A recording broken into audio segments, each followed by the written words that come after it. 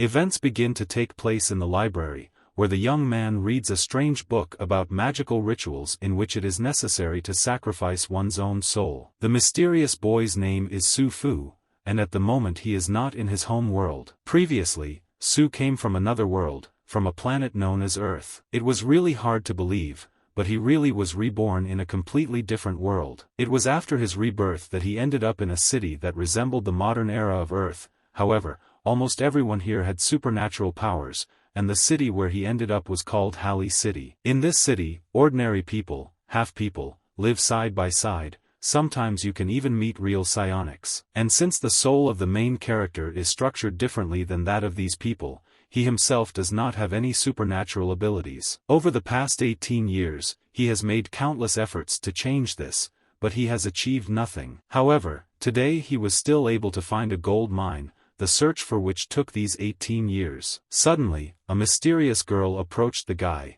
and she had ears that looked like a rabbit. The stranger wanted to know if she could somehow help with choosing a book. The friendly young man, turning to the girl, said that he did not need help, and he could handle it himself. Realizing that the young man did not want to take the book, the library worker immediately put it on the shelf. Rising from the chair, the hero immediately began to leave, pretending that he did not need the book. As it turned out, Su Fu had one eye missing and was covered with a bandage, and he also could not move without his cane, which he held in one of his hands. Going out into the street, the boy thought that he would really have to use another person in the ritual that he learned about from the book. The desire to gain supernatural abilities was so strong that he thought that it would be necessary to kill demons, elves, or undead for the ritual, although this was very difficult. Upon entering home, Su immediately went to the refrigerator, because he was very hungry and wanted to eat as quickly as possible. Having taken out the food, he began to cook, and at the same time listened to the news on TV.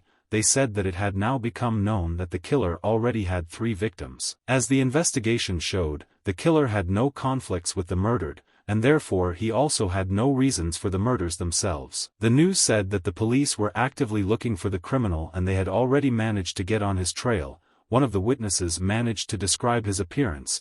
As it turned out, he was dressed in the skin of a goat, and his whole face was in paint. In connection with this is nicknamed the killer in the skin of a goat. This was truly shocking news for the guy, because the killer at the school of the asshole may be armed with a firearm. People were advised to stay away from the sites of past incidents, and if anyone notices anything suspicious, they should immediately call the police. After preparing food for himself, Su Fu took out various microcircuits from the cabinet in order to apply his knowledge and restore the mechanism that he had previously created. Working diligently, the young man wanted to do everything possible to help find the killer. As it turned out, he was actually assembling a kind of joystick that was designed to control something. Having assembled the device, the guy began to think that even the local public security service could not catch this killer, and he himself was also powerless in this matter. But he knew someone who could help him. A friend on the phone answered the protagonist's call, and immediately said that he thought that Su Fu died back in the incident that happened a year ago. Fortunately, he survived,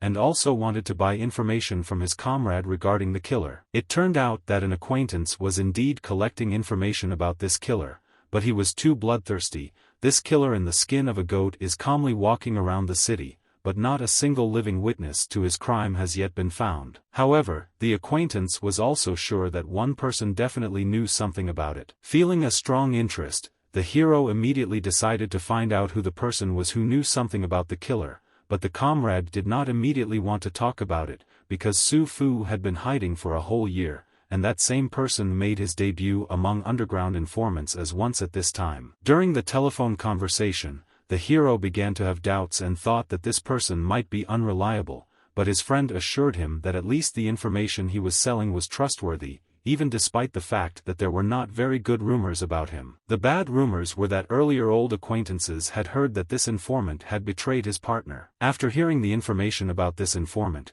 Su Fu began to think that in any case, he should at least contact this person named Adam. Although he hated people who betrayed their partners, he was only going to make a small deal with this Adam regarding information about one person, and he did not think that it could cause him any big problems. Looking at his phone, Su saw that someone was calling him, and he immediately decided to answer the call. As it turned out, this was the same informant, and he even used a special program to change his voice, which is why he was a very careful person. Turning to the informant, the hero immediately began to say that he needed information about the killer in the skin of a goat. Adam immediately started saying that before he got down to business, he had to remind the guy that this guy in the skin of a goat is very dangerous. In this regard, the information is not provided for free, although the informant did not know why such information might be needed, but if something goes wrong during their meeting, there will be consequences. After receiving the money, the informant was going to send him the necessary information to his mailbox.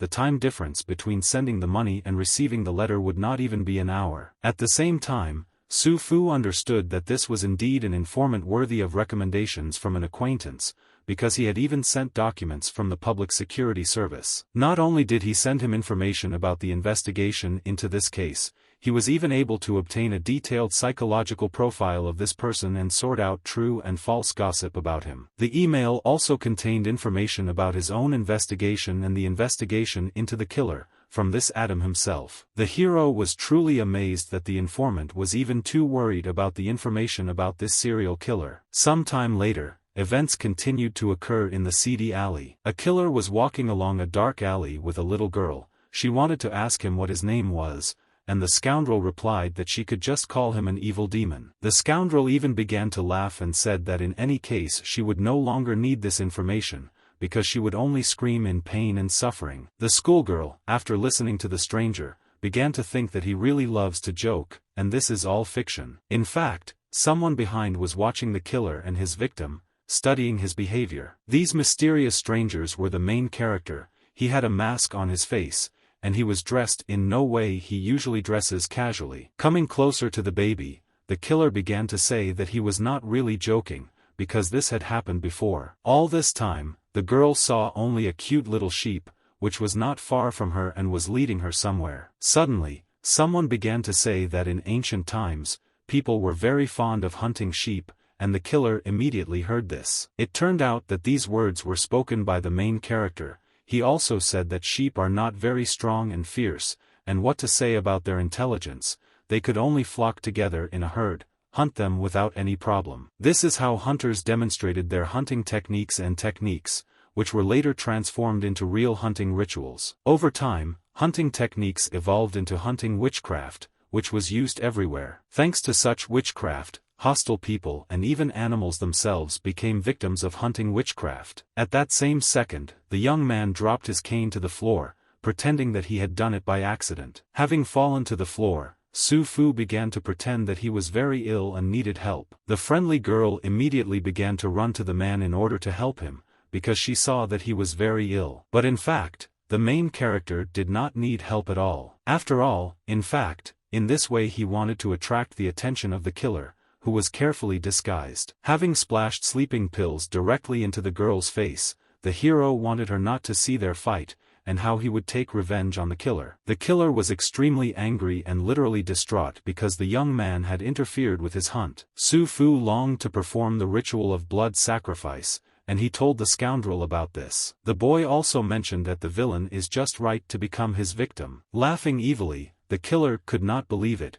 and thought that the guy in front of him had serious problems with his head. At the same time, Su Fu decided to ask the scoundrel whether he was going to go with him voluntarily, or whether he first needed to break his leg and then drag him away. Suddenly, the villain began to run to attack Su, and approached with incredible speed to strike. Fortunately, the brave guy was easily able to repel the attack of the malicious scoundrel with the help of his cane. The battle continued, and the main character did everything possible to win the battle and use the killer for the ritual. The cane in the guy's hands had a secret, and a blade came out of its end, which was supposed to influence the outcome of the battle. Continuing to fight, the young man began to threaten the scoundrel so that he would surrender, because it was pointless to continue the fight. But as it turned out, the killer in sheep's clothing had a magic shield, with which he could easily repel the attack. Initially, the villain was shocked that an ordinary person was able to hit him, even though the attack was repelled. Laughing, the scoundrel still admitted that Su Fu fights well, and he should know who the killer in sheep's clothing is, but as it turned out, the weapon in his hands is completely ordinary and cannot harm the magician. Carrying out a counterattack, the scoundrel could not understand what use there could be from such weapons and such attacks. With all his might, the criminal wanted to remove the mask from the stranger in order to see who was fighting him, and to force him to show him all the pain he received from his wounds. At the same time, the hero understood that if the villain hit him, he would be finished, because the villain's attacks were extremely strong. Fearing the consequences, Su Fu stopped to think about how to defeat the killer. As it turned out, the killer chose this lane specifically, because again, an ambush might await him. Starting to laugh, he also shouted that at this time of day there are almost no passers-by here, so they can continue to fight, and his victim will not be able to call someone for help. All this time the villain was thinking that the young man had come here to save this girl. But he was very sorry, because instead of saving her, he would become just another victim of this evening. Once again the villain struck, but the main character easily dodged it, realizing that the battle cannot be continued in this manner. The embittered killer shouted that most of all he loves to watch other people's fear, but it is the screams that irritate him. Observing and enjoying the fear of his victim, he did everything possible to prevent the victim from screaming. But after this fight, the killer in sheep's clothing first wanted to rid the protagonist of his vocal cords, and only then was going to punish him. Then he also wanted to remove the young man's eardrums, and after that he wanted to cripple him so that he could no longer walk. Each attack was stronger than the previous one, and all this time the hero struggled to dodge the blows. Looking at his victim, the killer continued to say that of all his 5 senses, only touch would remain, but this, the only sense organ left to him, would convey to him only one pain. With distraught eyes, he continued to watch the guy, and literally shouted that he would suffer for at least a week,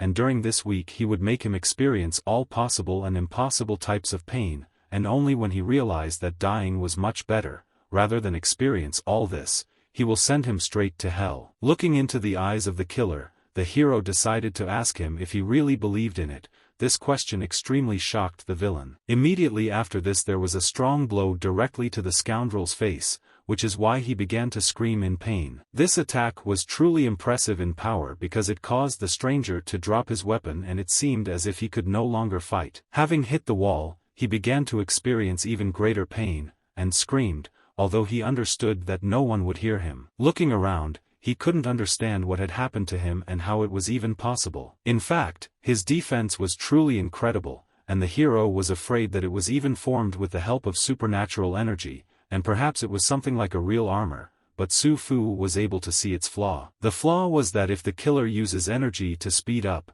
then he cannot use the same energy to defend himself. Taking out his strongest weapon, the main character was ready to end the battle and perform a ritual in order to gain supernatural abilities. Feeling intense anger and despair, the scoundrel began to beg not to be killed and to be spared. As soon as the criminal realized that his screams did not help, he took out a pistol and ordered the guy not to come near him. Because of this situation, the hero immediately had memories of the events that took place 2 years ago. Su Fu really wanted to know from his partner how a person can overcome his fear. Hearing such a question, the comrade just laughed and said that no one could do this. He looked at his friend. Su wanted to understand why this was happening, because even he knew several brave people who overcame the fear of their death. According to his comrade, these people were completely at odds with their heads, and were literally insane, because they had come to terms with their death. Realizing that this was truly madness, the hero immediately realized that ordinary people like him would ultimately be unable to do anything about their fear. But people who say that they are ordinary, for the most part, are not trustworthy, according to a friend. Still, the partner knew one method: if you look at fear from a different angle and imagine it as a disease, then you can say about brave people that they are immune. In this case, ordinary people can only take medicine, and the hero immediately wanted to know what kind of medicine we were talking about. This medicine was not easy, because what he was talking about also has some benefits, although there are many times more side effects from this method, but in fact, the comrade did not mean real medicines. And it wasn't even some powerful spiritual technique. It was only possible to overcome fear if you felt the fear of your enemy. Returning to the events of the present, Su Fu told the killer that at this time of day there are almost no passers-by here. Waving his weapon, the boy reminded that in this way it is not even worth calling someone for help. The hero also remembered the words of the killer, who said that first he wanted to rid him of his vocal cords. These words caused even more fear in the scoundrel, who listened to this and realized that he was simply powerless. And a few minutes later, the killer was already begging for mercy and to be released, but Su Fu wanted to use him for his own purposes. Having destroyed the criminal, the young man began to apply his knowledge, which he had previously acquired with the help of a book, and wanted to perform an unusual ritual. Initially, he obtained unusual red ink and began to draw the necessary symbol on the floor to carry out the ritual. The ritual he was about to perform was called the blood sacrifice of Hastur. The main purpose of this ritual is to send a living sacrifice to the god Hastur, who exists in one of the other universes. In exchange he will present him with the gift he desires. Pulling the scoundrel towards the drawn drawing, Su Fu wanted to complete the ritual as soon as possible in order to become a practitioner with the help of Hastur. The killer was begging to be released all this time, but the young man understood that his victims were also begging to be released. And in any case, the scoundrel did not let go of a single victim, and on the contrary, he did everything to see even more suffering and fear. With all his might, the villain began to shout that he repented of this,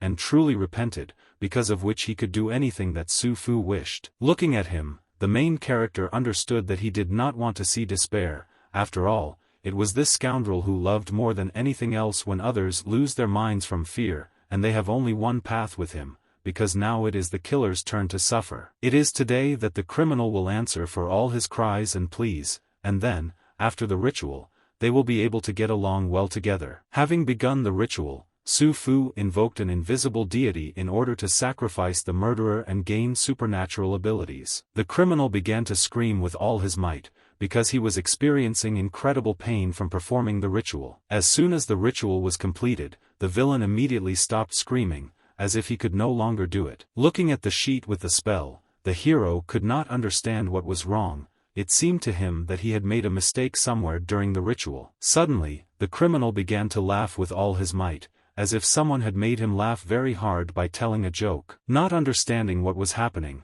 the young man simply watched everything that was happening in order to understand what the consequences of this ritual would be. In fact, while the killer was laughing, a magic aura began to emerge from his body. The magical aura immediately began to affect Su Fu. His body began to acquire supernatural abilities, but during this, he experienced hellish pain. The ritual was successful, and with the help of it, the invisible deity gave magical abilities to the main character. After which, all the candles burning in the drawn circle suddenly went out, which meant that the ritual was completely over. There was not a trace left of the criminal who lay in the circle, only a strange black mass that could not be identified. Suddenly, some strange creatures began to appear around, which were very similar to octopuses. These mysterious creatures began to devour the mass that was left after the killer, who disappeared without a trace. For the main character, this sight was truly shocking, because he would never have thought that an unknown entity would devour the remains of the scoundrel. As soon as the magical creature finished eating the unknown substance, it immediately approached Su Fu. Looking at this creature, the guy realized that it seemed that this nameless author of the book did not talk about such a side effect of blood sacrifice. Suddenly, he realized that perhaps the author had mentioned something about this phenomenon. And this was really so, because the book was written about this creature. Namely, that Hastur in this universe is an ancient god. His appearance is impossible to imagine, and his ideas of good and evil are very different from human ones. Meeting him is somewhat reminiscent of a person trying to sleep next to a mosquito nest. The mosquito cannot understand the person's thoughts, and the person will not care at all about the survival of their queen. Therefore, if a person sees an ancient god such as Hastur, then he will be a madman for the rest of his days, let alone organize a ritual to invoke him. And the more miraculous powers the caller has, the less he can resist this influence. The only exception can be a person whose soul arrived in this world in which the call was made, and not at all from the magical world, but that's all, because his miraculous powers will be incredibly weak, if at all. Well, then the guy couldn't understand why he didn't pay attention to this note, but after that he remembered that his miraculous power was incredibly weak, and the world from which he came was not magical at all. Having found an unknown ritual somewhere, he made the call carelessly, which is why he did not protect himself and immediately began the ritual. Also, the mistake was that the main character used the magician as a sacrifice in order to summon an ancient deity. This is all because he also wants to become a magician, and so much that without becoming one he cannot accept himself. Or the whole point was that he fell under the influence of a bloody ritual, as soon as he read about it, but did not realize it. Now he only had to leave this place, as far as possible. Walking through the city, he saw that the entire area in front of him had changed dramatically, and now it looked more like a gorge with a cemetery. Looking at everything that was happening, Su Fu could not understand whether this was really happening or if it was just some kind of illusion. Passing by unknown creatures, the creatures watched him, but continued to remain motionless like statues. Being careless, the guy still looked at one of the statues, and she immediately smiled at him. As soon as he looked at the unusual statue, magical tentacles immediately began to wrap around his leg. Experiencing severe pain, the young man realized that he should not look anyone in the eye in this world. Immediately after this, he closed his eyes so that he could no longer look at anyone. With this trick, Su Fu was still able to get back to the normal world from the illusion he was previously in. After looking around, he decided that it was necessary to remove his bandage in order to understand whether there were any changes in his body. After which, the bandage was immediately removed, and the young man began to examine his body to understand whether he had supernatural powers. Examining his body, he did not discover any abilities, because he did not feel anything abnormal. Although after applying the ritual, his right leg was normal, and he realized that there could be no mistake, because he had completely gotten rid of his disability. This outcome of the ritual made the main character extremely happy, because he realized that he had again become a normal person with healthy limbs. However, he never seems to have gained any supernatural powers. But if you listen to the voice of reason, then this looks too unreasonable from the outside. In his ritual, the guy directly said that he wanted to become a person with supernatural powers, and did not even mention that he wanted to be healed. Secondly, the amount of information that he mastered through the ritual, nowhere does it say at all that the ritual relieves a person of physical disabilities. Continuing to think about the ritual, the guy realized that there were probably some problems during the ritual, but as far as he remembered, there shouldn't have been any. Thus, he concluded that the problem could only be with his victim. There was probably something wrong with the killer in sheep's clothing. Immediately, he began to think that both the killer in sheep's clothing and the entire set of instruments for sacrifice had all disappeared, as if everything that had just happened was just an illusion. For the hero, this was actually good news, because he even saved energy on cleaning the crime scene, although because of this he would not be able to find any clues that would help him understand what actually happened during the ritual. Approaching the girl, Su Fu began to wake her up in order to find out if she remembered anything. When she woke up, the mysterious stranger said that the guy simply sprayed a strange spray on her, after which she fell asleep. The lady immediately began to panic from the memories, and yet she wanted to remember what happened to her before. Then the girl realized that she had come to this place with some stranger. This man wore a sheep's skin, and she thought that he was her very good friend, but he was definitely a stranger to her. While talking about the incident, Su Fu decided to explain who this man really was, and said that he was a criminal, and at the same time, one of the most wanted by the local security service. He was also known as a killer in sheep's clothing. Fortunately, now the girl is completely safe, and she no longer has to worry about her life. The worried lady wanted to understand who her savior was, but the hero did not want to tell this, and only added that she should not know about it. Afterwards, the girl only shouted that her name was Helen, and thanked the main character for saving her. Some time later, the young man found himself in the toilet in order to use toilet water to wash away the smell of all kinds of colognes. And then he washed his hands with soap to remove the smell of blood that literally soaked his hands. Having started to get dressed, the guy still thought about the fact that he should continue to maintain the belief that he is still disabled. For him, this was a step away from helplessness, although he was not disabled, but he wanted to seem like one. Otherwise, in this case, he will not be able to explain to his family why he was suddenly healed of his disability. The reason why the ritual changed its focus can only be in the soul of that killer in the sheep's skin that the hero sacrificed. That is why Haster, who responded to his call, personally changed the result of the ritual so that the reward corresponded to the sacrifice, and this is how Su Fu restored his body. After getting out of the taxi, the young man began to go to his home, because he wanted to rest a little. As he opened the door, he continued to think that although the risk of trading with Haster was enormous, the benefits from such a ritual were also enormous. That is why the guy must find the next victim for the ritual as soon as possible. Entering the apartment, the boy was met by a mysterious stranger who was smoking indoors and was waiting for the missing Su Fu. As it turned out, it was the father of the main character, and he was at a loss, because he did not understand where his son was hanging around. Watching his son closely, the father saw that he had not even changed his clothes. To this, the hero only replied that he simply forgot to take a change of clothes with him, which is why I could not change clothes. The smart father continued to watch his son, and saw that his hair was clean, as well as the smell of cologne on his hands. Suddenly, Su Fu's phone started ringing,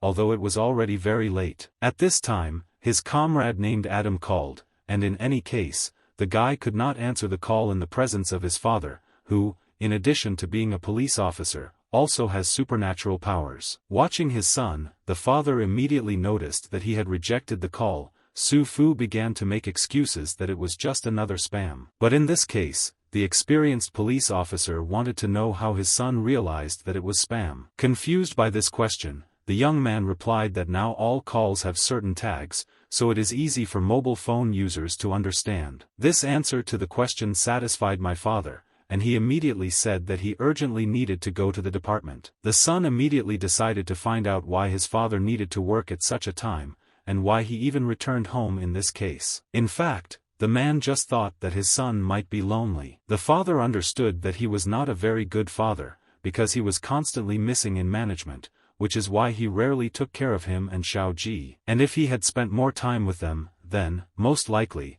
that accident would not have happened to him. Listening to his father's words, Su Fu knew that this was indeed true. As soon as the door closed, the young man immediately decided to look at an old photograph that was taken quite a long time ago. In this photo, the guy was still very young. He was captured in it with his younger brother named Xiao Ji. The main character's father in this second life is called Su Shengxing. He works as a senior police officer in Heli City, and because of his job, he disappears at work all day long. Also, Xiao Ji's younger brother is studying at a boarding school because his father did not have any time to raise his youngest son. That is why it became commonplace for the guy to return home and not find anyone here, although this was even to his advantage, because this way his hands were freed and he had much more free time. After his father left, the hero decided to call his friend.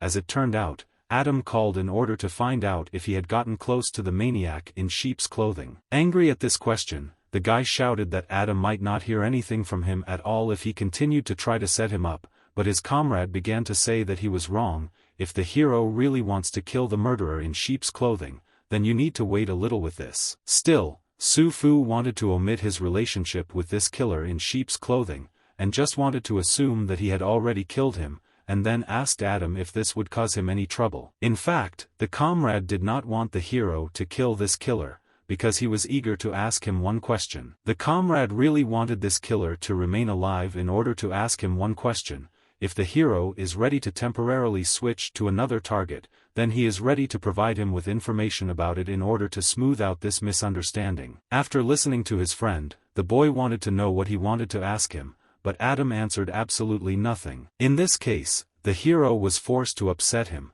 because Adam called too late. The comrade even thought that he had misheard, because information was given about the place where it was possible to meet the killer in sheep's clothing this evening. The friend was really shocked, because he saw that the clock was not yet 12, and Su Fu claimed that he had already found the killer in sheep's clothing and finished him off. If Adam had called a little earlier, then perhaps he would have still had the opportunity to see him alive. This act on the part of the main character really surprised Adam, because he did not understand what kind of person is capable of finishing off the most wanted killer in a few hours. The smart comrade realized that if they could not ask him a question while he was alive, then all that remained was to extract information from his body. Immediately after this, Adam decided to ask the guy where the body of this maniac in sheep's clothing was. Without a moment's hesitation, Su Fu said that the killer's body was no longer there. Even if this was the case, the friend still insisted that it was necessary to give up the coordinates where the killer's remains were located,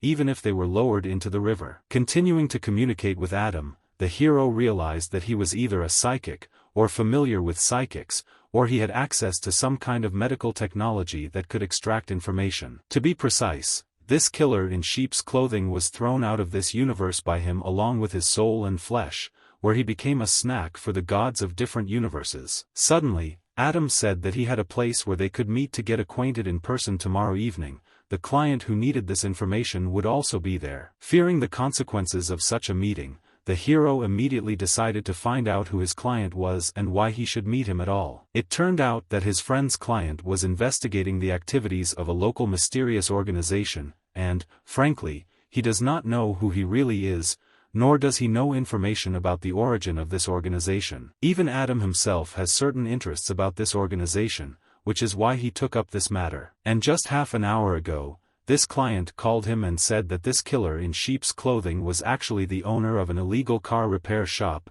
He never had any paranormal abilities, and he never trained in the spirit hall. The reason why he suddenly acquired supernatural abilities is most likely connected with a mysterious organization. Su Fu immediately realized that this mysterious organization had the means to transform ordinary people into wielders of power. The killer of the living skin was a person who was awakened in this way. The young man was truly shocked by this news and immediately hung up. As he removed the bandage from his eye, he thought that it was this anomaly that influenced the final results of the ritual. Events continued to happen the next day in a small cozy restaurant on the outskirts of the city. As soon as the hero sat down at the table, the waiter approached him and immediately clarified what he would order. Feeling awkward, the boy said that he would do it, pointing to a cup of coffee. Feeling awkward, the waiter wrote down the strange customer's order so that he could fulfill it in the future. The hero behaved very strangely, because from time to time he again began to see the illusion that he first saw after yesterday's ritual. And while it's not as bad as it was during yesterday's ceremony,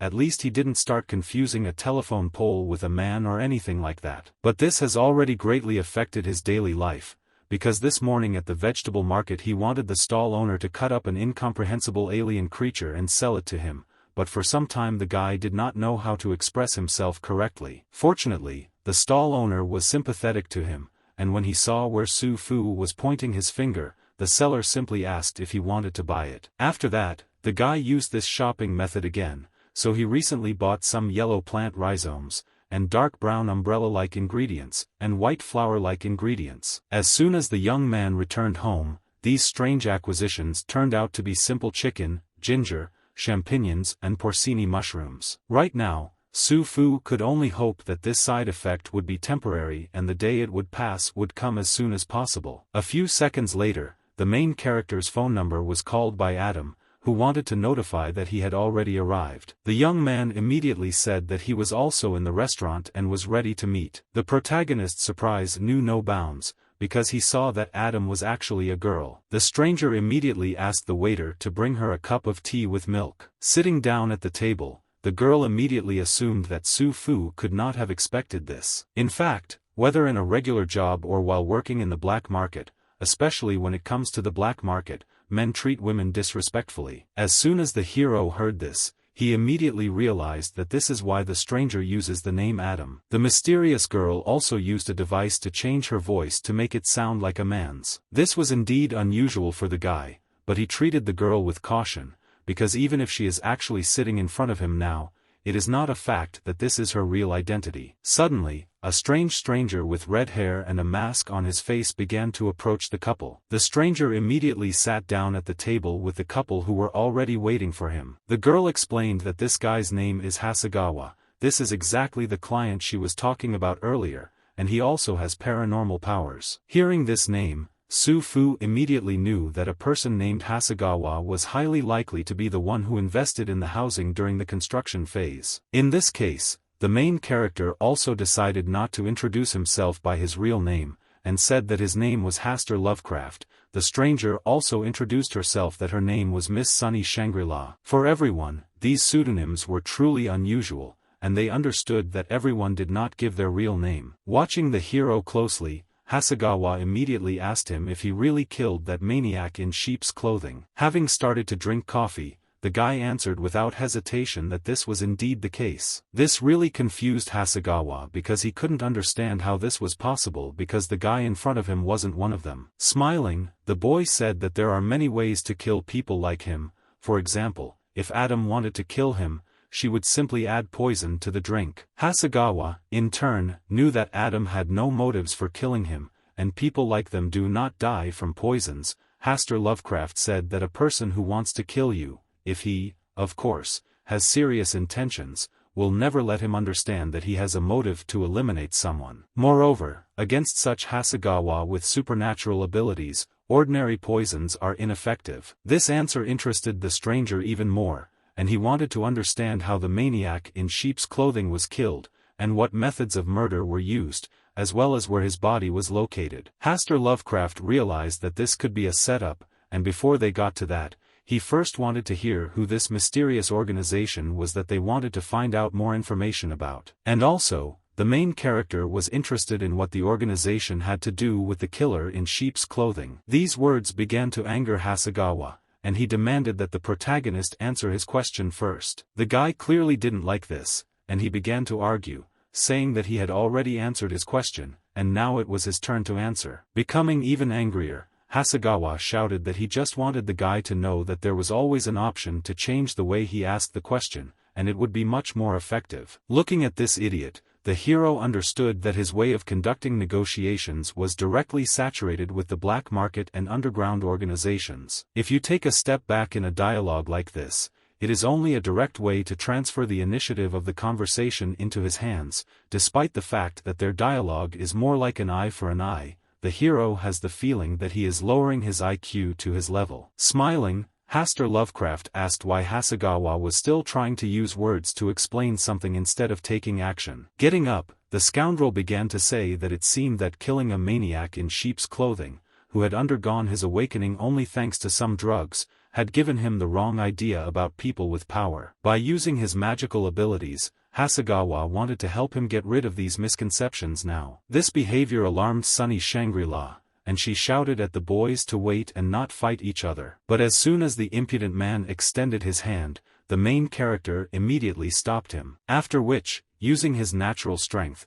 he threw with all his might the insolent man who dared to attack him. Looking at this guy, Haster Lovecraft knew that this Hasegawa was acting like a savage, and his behavior was the opposite of his behavior. On top of all this, it seems that he is one of the most outstanding with miraculous powers, which is why even before getting injured, he was able to predict what would happen next and avoid the worst consequences for himself if he continued. Also, these two are so obsessed with the body of the killer in sheep's clothing, and this raises serious suspicions. Meanwhile, the waiter approached the man who had fallen and decided to ask if he was okay. As soon as Hasegawa sat back at the table, he immediately asked the main character if he was the faceless one. This statement confused the girl, because she heard others mention that the faceless one died a year ago, and who could know that he was still alive, and at the same time could move freely. The main character was given the nickname by the faceless residents of this city, and the reason for this is quite simple. He never showed his real face when he had to walk through the darkest areas of this city, and all because even his former partner never saw his real face,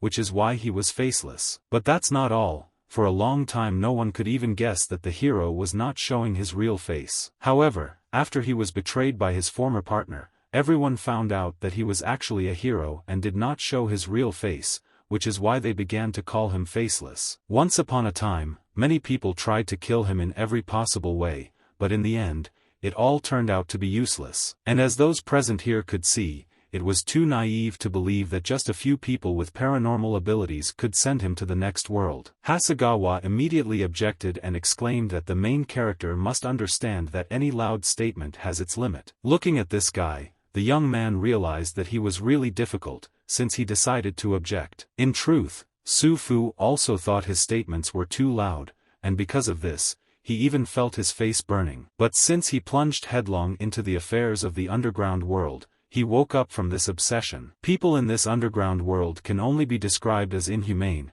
They will immediately devour you if you show any weakness. Any manifestation of their dissent and weaknesses in this underground world will be immediately regarded as doubts in their abilities. After which, the guy exclaimed that they shouldn't measure their strength, because he wants to know what kind of mysterious organization they are so eager to find information about. As it turns out, they are looking for this organization because, with the help of medications, these people turn ordinary people into owners of paranormal powers. Hearing this, the hero immediately thought that the activities of this organization did not look so bad. But in reality, all drugs must undergo rigorous testing and development research. The initially selected trials were first conducted on animals. But the problem is that the drugs being studied by this mysterious organization mainly target the physiological characteristics of a person, and the ultimate goal is to force physiological changes in a person. Physiological changes bring with them changes in the psyche, and together this ultimately leads to a change in the soul,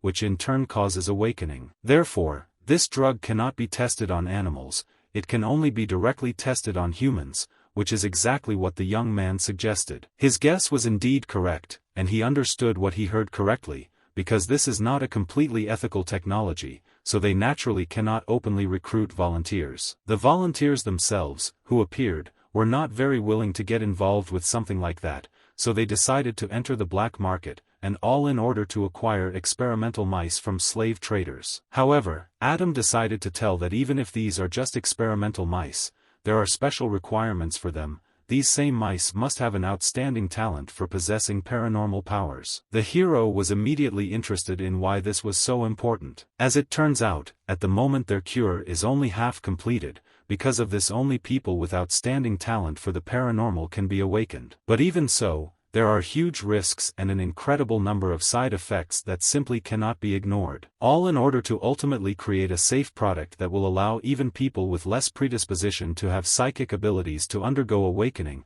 After that, they collect data and move on to their next actions. But due to the fact that the slave traders cannot provide them with enough correct test subjects, they decided to find them themselves, so they began searching from the city, as well as from surrounding towns and villages. A mass abduction of people with low social status was started, all in order to obtain the required number of test subjects for their experiments. The smart young man immediately realized that at the top of this mysterious organization there were only amateurs from the criminal world. For Hasegawa, this was a truly amazing statement, and he wanted to understand how the hero knew about it. The guy understood that this mysterious organization kidnaps people directly because of the godhoods in which it lives, which is why such incidents can easily be tracked by the local security service. If criminal organizations do not have sufficient professionalism, they will decide to look for a location in their immediate area. But if they were professionals, they would simply choose some remote point of combat operations.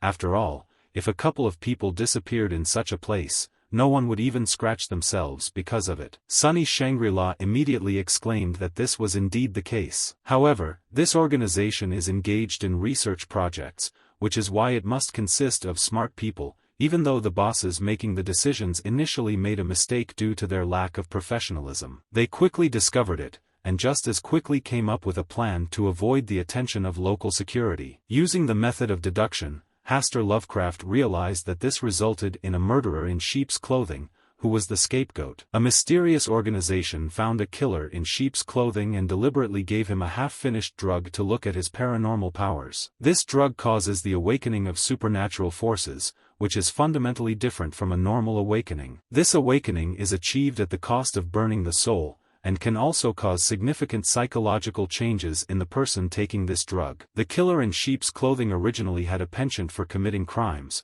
and the power and side effects of this drug helped him put aside all his fears, allowing him to kidnap local residents and brutally deal with them. To successfully commit a crime, the mysterious organization even provided him with supernatural technology to enhance its own stealth. At that very second, the main character realized that this technique was called pretense. With this technique, it was possible to easily confuse the prey, in which the prey would mistakenly believe that the killer was its comrade. Therefore, the gift from the blood sacrifice does not correspond to the value of the soul of the killer in sheep's clothing, precisely because the killer in sheep's clothing was not an ordinary possessor of paranormal powers from the very beginning. Thus, Sunny Shangri-La explained that the reason why they wanted to find the killer in sheep's clothing was because they wanted to find some kind of lead to the mysterious organization. Understanding what was happening here, the hero assumed that Hasegawa was a psychic because they could find out something about the killer even if he was dead. This was also true.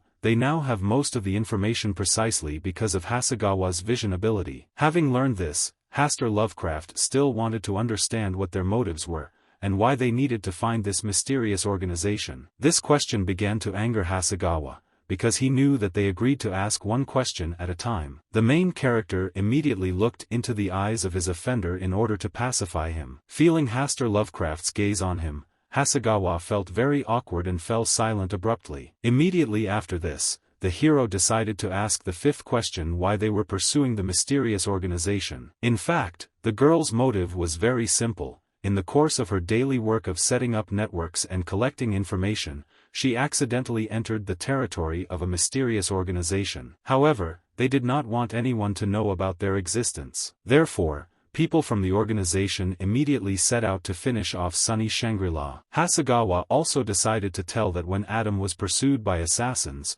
he helped fight them off, thus their cooperation began. And his reason for enmity with the mysterious organization is also very simple: they kidnapped his sister and wanted to conduct experiments on her. Immediately, Haster Lovecraft decided to find out more about his little sister in order to understand whether she had really been kidnapped by those with supernatural powers. The mysterious guy didn't want to talk about it at all, and said that it was too long a story for their meeting. Having finished the dialogue about this, the girl decided to find out at least something about the killer in sheep's clothing. The young man nevertheless decided to tell that he got rid of the murderer's body in sheep's clothing. Although he can no longer give them a body, in exchange he can join them and help them in their activities. For those present, this was a truly shocking statement, and they wanted to understand what motive the faceless man might have. As it turned out, Su Fu was very interested in a drug that could help an ordinary person turn into a possessor of supernatural powers. Not understanding the young man, the girl decided to ask him again if he really wanted to become the owner of supernatural power. But they heard absolutely nothing in response,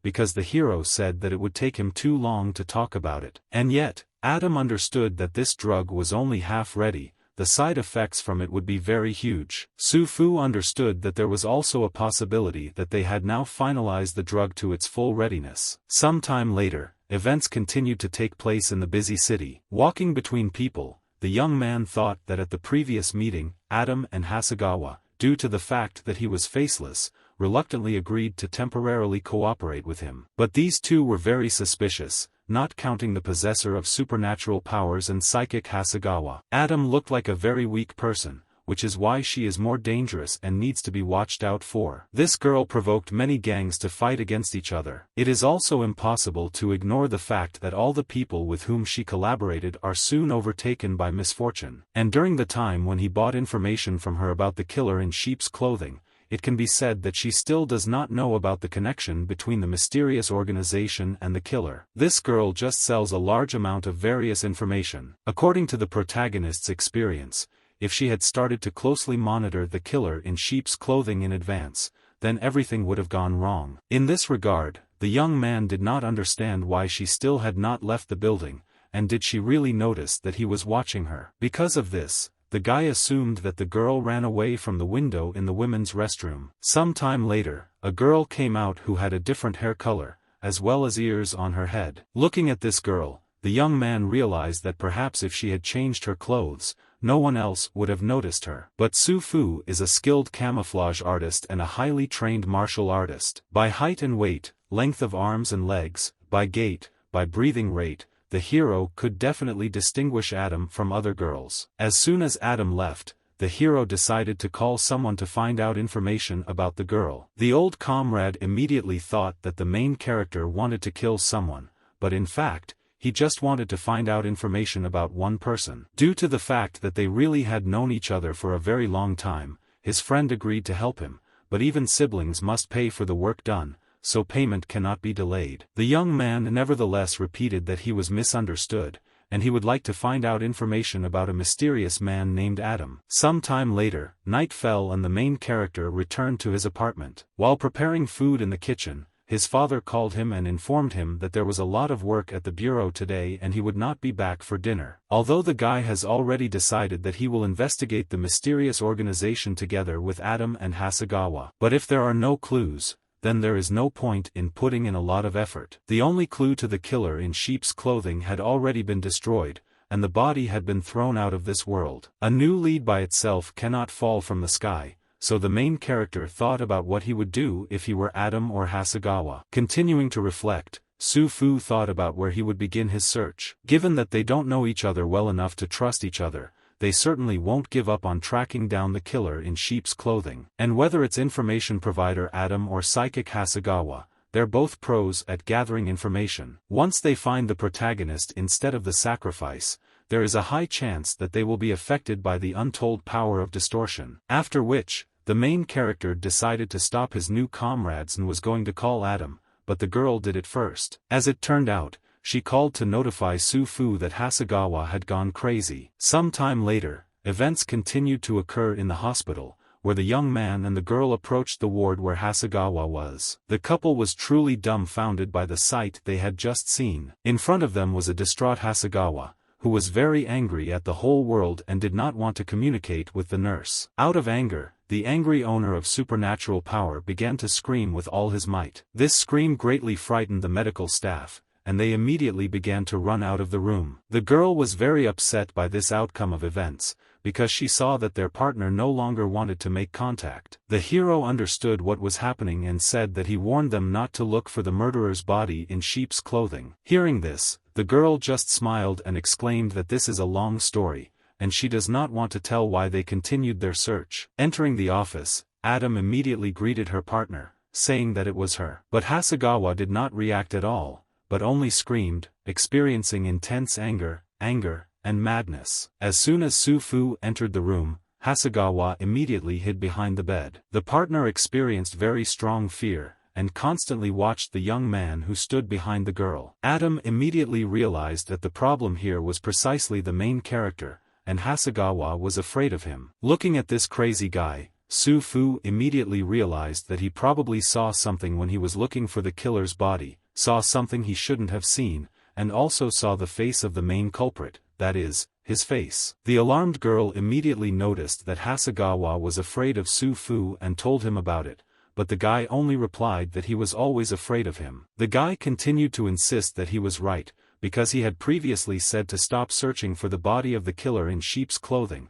but Hasegawa did not listen and acted without permission. Unfortunately, the girl could not tell this story in a nutshell, so they were going to go outside to talk. As it turned out, Su-fu was right, because they really thought that searching for the body of the killer in sheep's clothing would yield at least some result. After all, this was their only chance to track down this mysterious organization. Even if there was no body, at least there are probably some traces or things that remained before his death, Hasegawa had previously thought. For them, this was enough for the seer to see his location. The Faceless One also did not give a specific reason for his refusal to say where the body was, and Hasegawa could not trust him due to such a cooperative attitude. Adam assumed, although he did not want to talk, but since the faceless man went in search of the killer in sheep's clothing and killed him, a maximum of 2 hours had passed. In this case, most likely he found the killer at the address she gave him and killed him there. The girl also wanted to know what happened yesterday,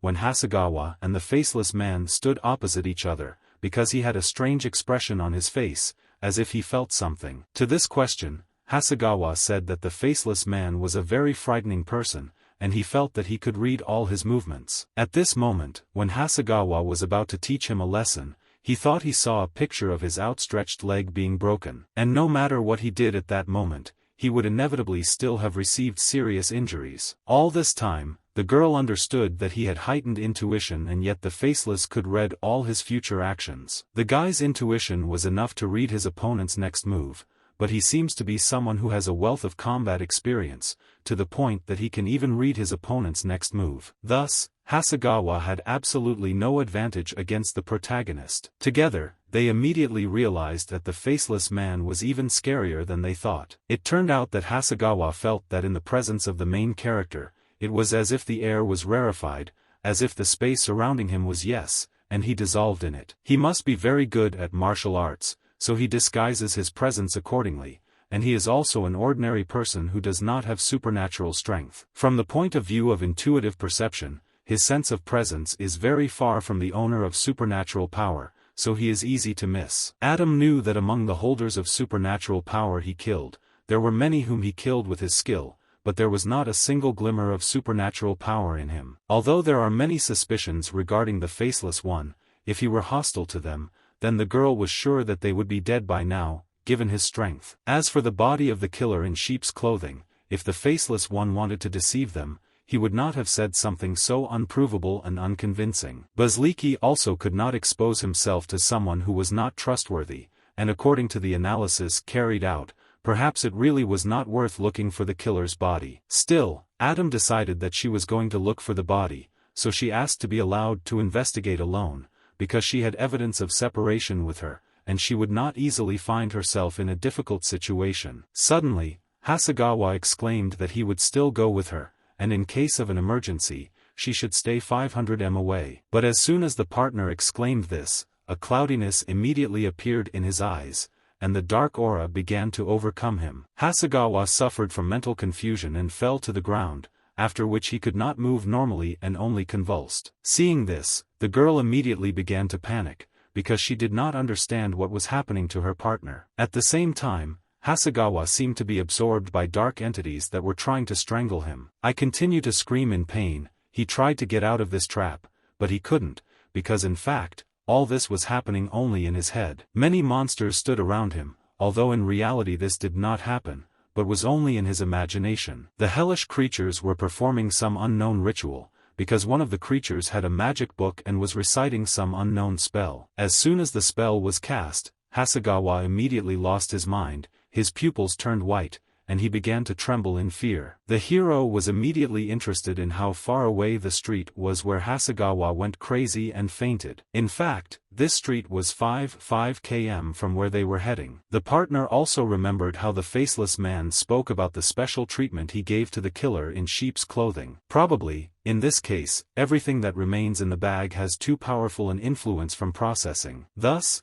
Hasegawa, located 5.5 kilometers away, was able to obtain information using his powers, and then went crazy. That is why the hero was worried, which is why he told them to stop searching for the body. Suddenly, a loud scream was heard from the hospital, and Adam immediately realized that it was Hasegawa screaming. This was indeed the case, because their partner fell to the floor and again began to do strange things. At first, Hasegawa began banging his head on the floor as hard as he could, and everyone immediately realized that he was truly crazy. Running up to her partner, the girl literally began to beg for him to stop. Adam also asked him to pull himself together and asked him to remember his little sister. The guy stopped for a few seconds, starting to remember his little sister, whom he loved so much. Watching everything that was happening, Su-fu exclaimed to the girl to be careful. Instantly Hasegawa changed his facial expression, and opening his mouth was about to bite the first person who got in his way. This person turned out to be his partner, and he tried his best to bite her right on the neck. After which, the alarmed girl immediately moved a few meters to the side, so as not to be bitten again. But unfortunately, she still came under attack, and was thereby bitten right on the neck. Turning around, the hero felt a spell being used not far from him. As it turned out, this was evidence of division, and it looked like an ordinary map. All this meant that an ordinary person could also use such a rare thing as this spell. Meanwhile, Hasegawa again began to scream at the top of his lungs, experiencing great anger and rage. Without hesitation, Su-fu was about to act, kicking the villain directly in the face with all his might with his foot, so that he could not attack. Continuing to observe his opponent, the hero saw that he had armor made of supernatural force. In fact, this armor did not provide serious protection, because the young man was able to stop his opponent from the first blow. The scoundrel immediately flew several tens of meters to the side, experiencing severe pain. The blow was truly impressive, because after using it, Hasegawa was literally slammed into the wall, which is why he could not move. Looking at her former partner, the girl wanted to know if everything was okay with him. Everyone was really fine, and he only had some damage to his body, which will recover within a few days. The young man has fought with many holders of supernatural strength, so he knows when to stop. Damage to the body of this degree would be fatal for ordinary people. But for someone with supernatural power, it only takes a little longer to recover. Once the recovery began, Hasegawa immediately began to change his appearance, and his skin seemed to begin to tighten, changing its appearance. Experiencing severe stress, Adam did not understand what was happening to Hasegawa. As it turned out, his powers were out of control, and at the moment the process of demonization was underway. A supernatural force influences the real world through an illusion, and it seems that a person begins to forget who he was before. The opponent's body was completely restored in a matter of seconds, and Hasegawa could also foresee his opponent's next move. The demon's opponent was also very strong, and could predict many of his opponent's next steps, which is why he was a serious threat. Using his skills, the main character easily defeated the demon and inflicted multiple blows on him. This outcome of the battle drained the demon even more, and he began to experience incredible rage, trying to do everything possible to win this battle. The demonic creature continued to attack, and was approaching its target with incredible speed. Looking at his opponent, the hero understood that everything was not so simple, and it was necessary to prepare for the attack. In fact, Hasegawa decided to get out of the hospital and jumped out of the window. Because of this, the mutant ended up on the street, and easily continued to move on, because he landed without any problems. The hero also decided to jump out in order to catch up with his opponent. While fighting Hasegawa, Su-fu realized that he had foreseen the end of their fight, so he chose flee. A few minutes later, Adam ran outside to see the outcome of the battle. But as soon as the girl ran closer, she realized that Hasegawa was not nearby. "I understand that this battle will not be won simply," the guy said. "That now the enemy needs to leave. After all, it was the faceless one who killed the killer in sheep's clothing."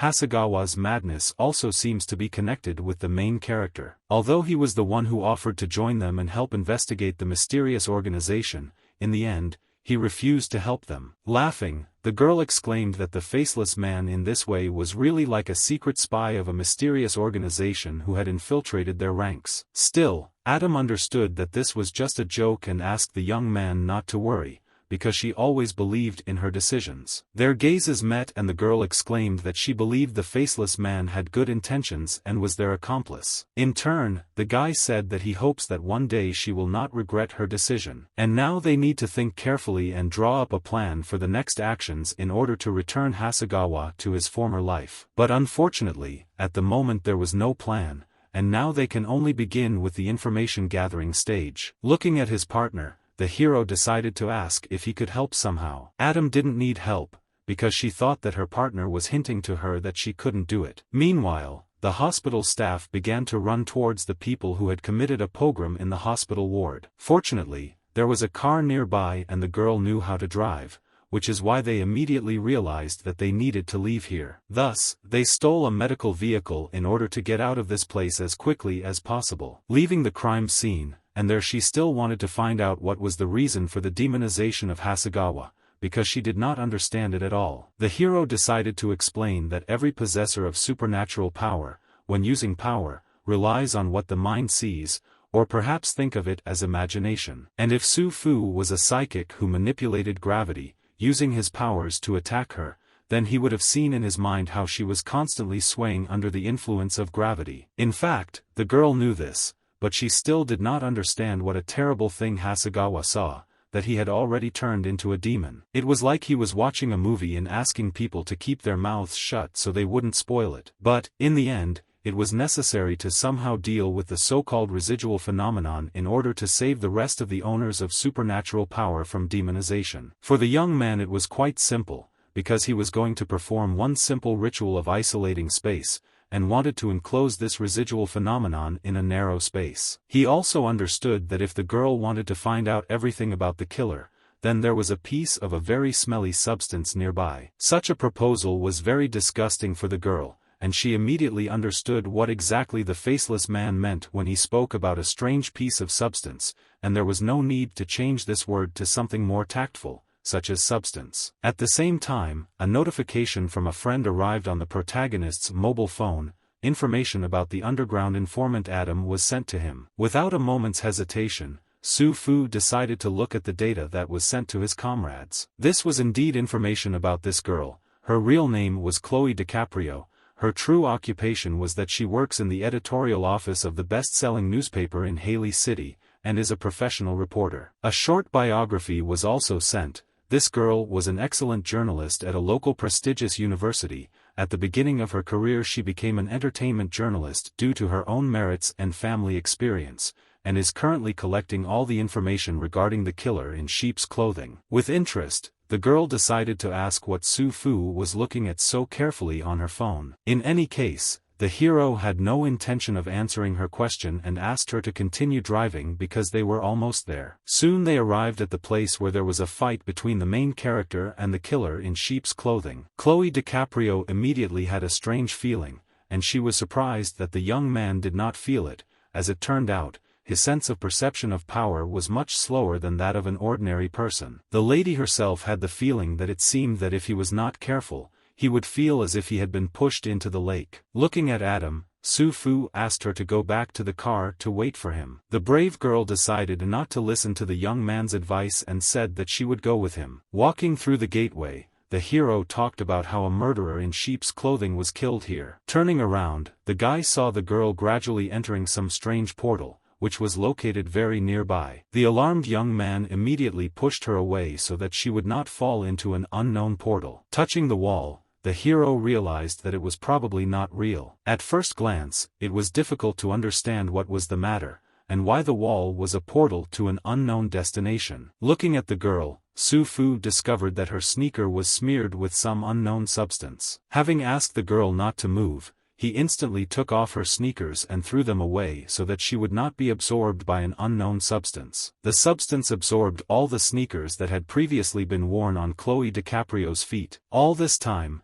the lady could not understand what was happening here, and why the hero was behaving so strangely. It seemed to the hero that the residual influence was causing Adam to gradually lose his mind, and it might not be too safe to leave her here. That is why he decided to pull her a little further away, so that she would be safe and would not suffer from the actions of the villains. Immediately after this, Su-fu asked her to stay here and not go anywhere, because he would soon return and go with her. As soon as this girl heard, she immediately asked again what exactly he meant, and it was already clear that she was also distraught. Realizing that there was no way to help her now, Su-fu decided to move on and use his powers to defeat his opponents. First, the hero summoned the Soul Seal brush in order to summon a magical portal and perform the ritual. A lot of money was spent on this brush, because the hero bought it from a merchant in the Black Zone. It can replace most of the materials needed for seal drawing in rituals, and is portable and durable. Suddenly, strange creatures began to appear nearby,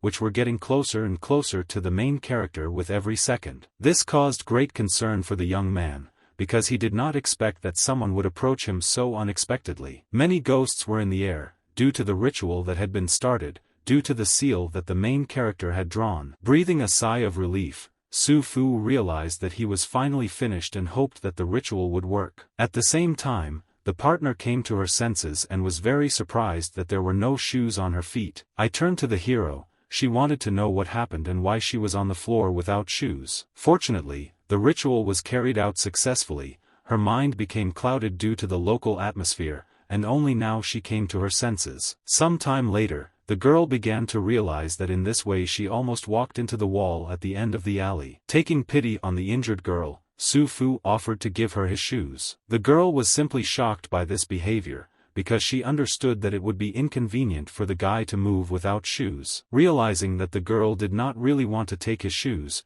he said that in that case he would not give them away. Not understanding what was going on, Su decided to ask why she was upset. Without saying anything, the girl only languidly continued to watch him, in the hope that he would understand his mistake. Still, she really wanted to know what would happen if she really walked into that wall. The hero did not know the answer to this question, but perhaps half of her body would be stuck inside this wall, and the remaining half would be outside. It is also possible that she would have penetrated into a completely different space, or would have died altogether. Looking at her partner, Adam immediately realized that judging by his facial expression, he had already dealt with the residual phenomenon. It was difficult for the heroes to say that he had dealt with the phenomenon, but rather sealed it at the end of this alley. Instantly, the girl's expression changed, because she understood that it was very dangerous.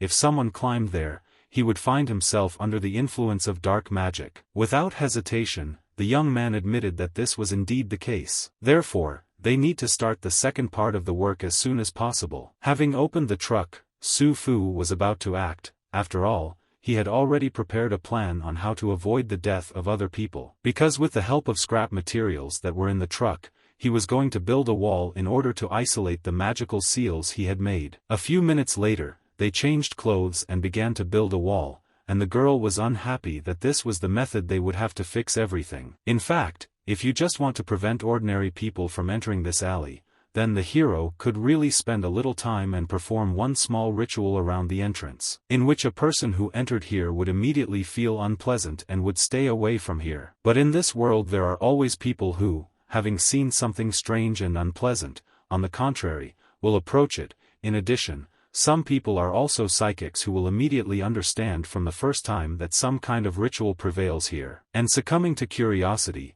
they will come here to see what is here, and as a result, they will never be able to leave here again. Therefore, it is best to use this usual method. Suddenly, the main character received a message on his phone from his friend. He asked whether Adam's real personality satisfied him, because who would have thought that Adam is actually a beautiful young girl. Su-fu understood that she had already graduated from university, so she couldn't be said to be a young girl, but her appearance and body were just like that of a young girl, which made her young forever. In addition, the comrade also said that based on this information, he believed that she was suitable for Su-fu as a mate. Suddenly, the girl started screaming, asking the boy to build the wall faster, because she wanted to return home and take a bath as quickly as possible, and in general, sleeping late was harmful to the skin. Adam during her school years, she couldn't even think that the day would come when she would help one man build a wall, at which time she was already going to bed, so she really wanted to sleep. After which, they continued building the wall,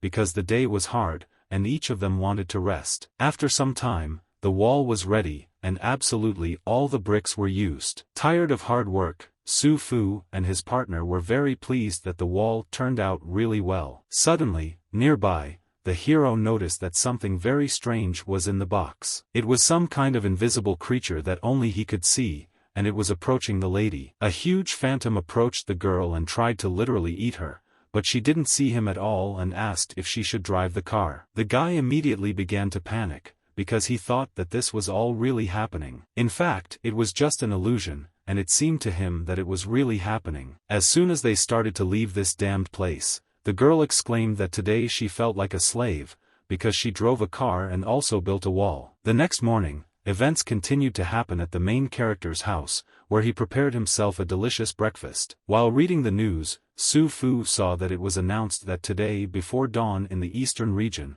a person with supernatural powers had harmed a person. According to information about this attack, it occurred at 4 a.m., the attacker is a registered psychic Hasegawa, and the victim of the attack is a technical advisor to a drug manufacturing company in Halley City. Police said the attack may be linked to the latest number of missing people, with this morning's news reminding people to avoid going out at night and reduce unnecessary travel at night. After leaving his breakfast, Su-fu immediately started calling Adam to meet. A few hours later, they met in a restaurant and talked about how it seems Hasegawa has a secret that they don't know about, and it is possible that he already understood the essence of the mysterious organization, but for some reason did not tell them at all about it. The hero immediately assumed that this Heli drug company might be this mysterious organization. After all, the young man had an excerpt from a video with Hasegawa, where it was clear that he was asking specifically about the activities of the mysterious organization. While interrogating the man,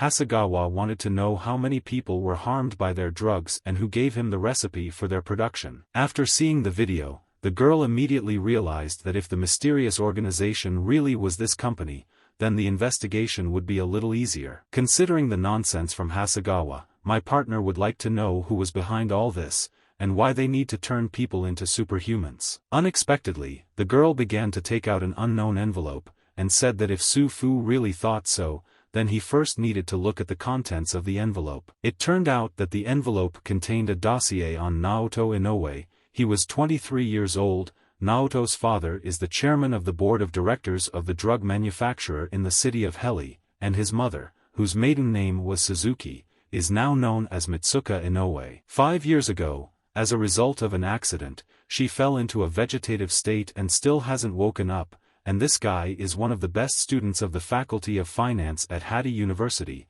After graduating from university, he started working in his father's company, but a week ago he suddenly disappeared. Looking at this photo, the hero began to understand that not to mention the shape of the head and the width of the shoulders. Hasegawa and this guy had a thick neck, and also a similar skin color, everything said that this person was Naoto. Due to the fact that the mysterious organization kidnapped his little sister, he began his activities. But judging by this information, he is the only son, and he does not have any sister, which is why Su-fu wanted to know what else Hasegawa had talked about earlier. In fact, the girl decided to reveal that this afternoon, she used the power of separation evidence to sneak into Hallie's pharmaceutical company, and also investigated a few things beforehand. There was one room inside that was isolated from supernatural forces, her double could not enter it, so she also could not enter there, changing her position with the position of her double. Thus, the mysterious organization knew that Adam had evidence of separation.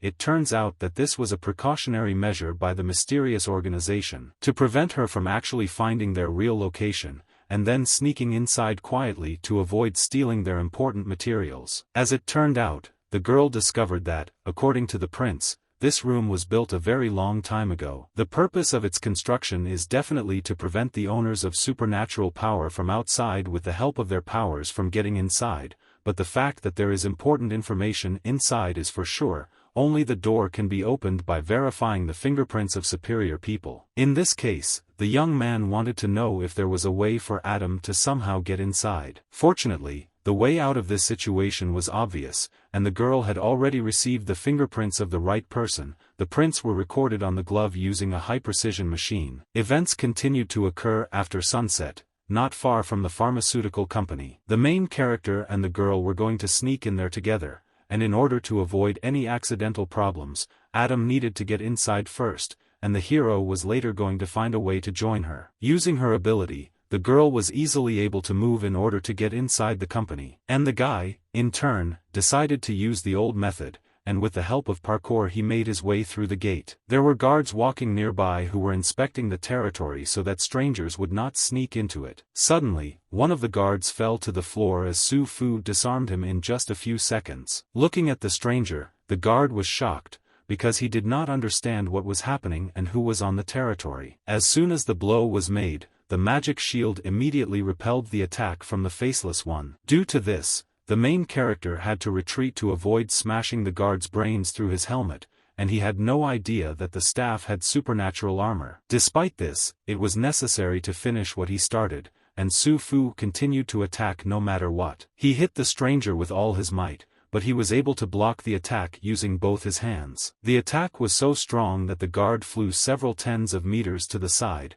and then completely fell to the ground. Suddenly, someone began to contact the guard on the radio, saying that he needed to provide a report. All this time, the man was on the verge of death, and could not answer because Su-fu did not allow him to do so. Suddenly, the hero decided to let the innocent guy go so that he could answer the call. The guard reported that the fifth group had nothing unusual and everything was fine. After finishing the dialogue, the man said that perhaps he shouldn't say this. But the mask on the protagonist's face looked really very familiar. And in the city of Heli there is only one person who can injure a person through supernatural armor with his bare hands. An ordinary person was able to attack a psychic, and the man immediately realized who was now standing in front of him. Immediately, Su-fu realized that an unusual person was standing in front of him, and decided to find out who he really was. As it turned out, it really was not the local guard. The man in front of him was a real police officer who was on the territory of a pharmaceutical company. In this case, the hero could not understand why the policeman would pretend to be a security guard at Heli's drug manufacturing site,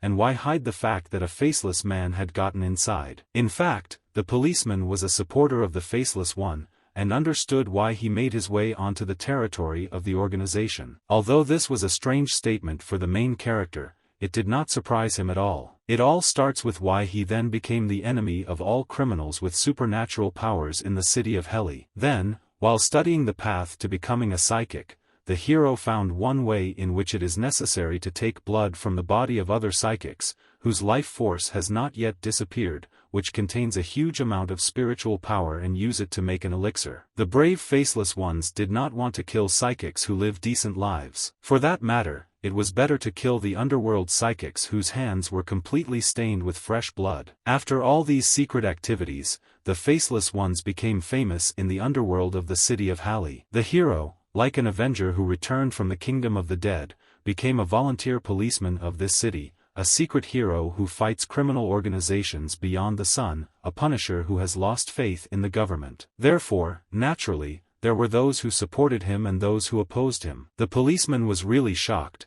because a whole year had already passed since the faceless man disappeared, and everyone thought that he had died. But the good-natured man believed that he was healing his wound somewhere, and that he would definitely return soon, and yet he was interested in why he wanted to sneak into this company and what was wrong with it. At first, the hero wanted to know why they were pretending to be security guards, although in fact they were police officers. In fact, everything was simple. During the day one crazed psychic appeared and, in full view of everyone, attacked the technical consultant for the production of the drug in the city of Heli. Their commander suspects that this crazed psychic could harm Haley's pharmaceutical company. He discussed the matter with the top management of the Haley pharmaceutical company, then took several of the best fighters. After which, he brought him to the public order squad and ordered them that if that person appeared near the company, they should immediately arrest him. Still, the young man decided to find out how many of them came here in total, and there were 9 people from the police here in total. The guy was also interested in the name of their commander. The commander's name was Su Shengxing, and it was he who brought as many as 9 policemen here to protect the company's territory. Suddenly, the guy hit the policeman with all his might, causing him to lose consciousness, because he didn't really like hearing that name when he was in surgery. But he also decided to thank the good-natured man for the clothes he had just borrowed. Entering the building, the partner said that it was not time to change the shift, but the hero answered him that he was just going to the toilet. The policeman did not understand why he could not relieve himself directly into the grass, but the young man knew that if anyone from the company saw this, their boss would be disgraced. Fortunately, the partner did not suspect anything was wrong, and asked to return quickly so as not to let Su find out that he simply left his post, otherwise he would fry him. This was not a problem for Su Fu, and he continued to move through the company territory. Suddenly, someone put a gun in his face and started threatening him. In fact, it was his partner who had already moved into the building itself. The girl could not believe that he entered here without hindrance, because earlier she thought that something had happened to him. Su Fu said that he was collecting information, and 9 psychic police officers were hiding in the area as security guards. In addition, their commander, Su Shengxing, is a supreme psychic. If this is really true, then the girl can only fight, risking her life. This statement surprised the young man, because he did not understand how it was possible to fight psychics with the help of a pistol. The girl laughed at the suggestion, because in fact, she wanted to use more than just a gun, because she spent most of the money on one thing. In a secret way, she bought bullets that pass through the soul. These are special bullets that can penetrate even the armor of a psychic. Thus, she not only ran away when chased, but was also ready to fight back. Although these bullets are ineffective against high-level psychics, they can still be effective against first-class psychics, and there is no need to say anything about second- and third-level psychics. It will be possible to win such a battle only if the girl can get into them. Suddenly, she pointed the gun at the young man, and said that when it comes to fighting them, she will fight to the very end, because she is not the kind of woman who is chased and killed, who runs away with her tail between her legs. And whoever dares to kill her, she will kill in return anyway. As it turned out, such a statement did not cause any reaction from Su Fu, and the girl did not understand why he did not express his admiration. In fact, for him, what she said was a matter of course. Due to the reaction from the main character, the girl became very bored, and she asked him to go with her, because she knew instead the location of the vault. After which, they together began to make their way through a huge number of guards in order to get to their goal. Once they got to the vault, they first had to open the door and the faceless one had to perform a ritual to prevent others from entering the room. Immediately after this, they began to act, and Su Fu began to draw a seal in order to perform the ritual. Adam, meanwhile, opened the door, doing her best to decipher the digital key and the handprint scanner. A few seconds later, the door was opened and they immediately began to go inside to see what was there. After they entered the vault, the door immediately closed behind them, and now they were trapped. Now they could no longer get out of the vault. While there, the lights suddenly turned on, and the strangers were discovered. There were 2 more people standing in front of the partners, and it was unknown what their intentions were. Looking at the people who made their way here, the the girl concluded that they were unusual. Strangers began to ask the main character and the girl who they really were. In turn, Su Fu did not see the point in asking such questions. In any case, since they were able to discover the peculiarity of this room, then this suggests that they are psychics, and since they were able to unlock the biometric lock using a fingerprint, this suggests that they are thieves who came to find out the secret of the manufacture of the city's drug Haley. Because of this, the defenders of the vault did not see the point in showing leniency, and were going to kill the two strangers who dared to get here. The scoundrel's partner asked him to act carefully so as not to make too much noise. Although the walls in this sound room are impenetrable, his fighting method is too rough. Suddenly, the hero exclaimed that the guards were reporting the situation every 30 minutes. In total, they have approximately 15 minutes for the fight to take place. The girl said that if he had not stunned his allies, you would now have as much time as necessary. Looking at the couple of thieves who had sneaked in, the guy did not believe that they had any chance of success. After all, at the moment they were in a supernatural magical field, which was created using the soul protection technique. Concerned, Adam immediately decided to ask Su Fu what it was. As it turned out, it was a magical field of optical illusion. This field can cause a psychic who has fallen into the formatting zone of the magical field not to feel his own spiritual energy, thereby making him unable to harness his supernatural power. Taking out her pistol, the girl exclaimed that this was indeed a necessary measure in accordance with the situation. Still, she could not accept that at the moment they were trapped, which is why she decided to shoot. Several bullets flew past the villains, who were easily able to dodge them. The unusual bullets hit the seal that was painted on the floor, creating a trap. Thinking that these were ordinary bullets, the scoundrels began to attack, and immediately ran towards the enemies who were standing to the side. Using his skills, the young man was easily able to dodge the attack of the man who approached him. The girl was also going to attack, but she didn't succeed, because the enemy had abilities with which she could teleport. Seeing this, the scoundrel immediately realized that her opponent had evidence of soul division. Thus, the fight continued, and Adam had a huge advantage, because in fact she could teleport to any point in the location. Meanwhile, the confrontation between the main character and his opponent continued. Using his supernatural powers, the vault guard summoned giant fists with which he wanted to destroy Su Fu. Fortunately, the protagonist's agility was much higher than that of the attacker, which is why he was able to easily dodge the incredibly strong attack. The opponent immediately noticed that this was indeed not bad, but he was limited by the soul defense technique, but could still evade his attack. At the same time, his partner shouted that she ordered him not to make noise, but he did not listen to her, and began to use an attack that destroys the area around him. Immediately after this, many blows followed, and a magical technique was used that allowed the enemy to perform several dozen blows per second. But still, the attacks were useless, because in this magical field he would not be able to use his power. Using physical force, Su Fu hit his opponent with all his might, and thereby threw him several tens of meters to the side due to the incredible force of the blow. While in great pain, the scoundrel did not expect that an ordinary person would be able to offer him such strong resistance. Only thanks to a single attack was the faceless one able to defeat his opponent without giving him the opportunity to attack again. At the same time, the partner was also able to defeat the villain who was trying to stop their plan. Thanks to the fact that they ended the fight very quickly, Su Fu was able to report to the guards that everything was fine and there was nothing to worry about. Watching the girl,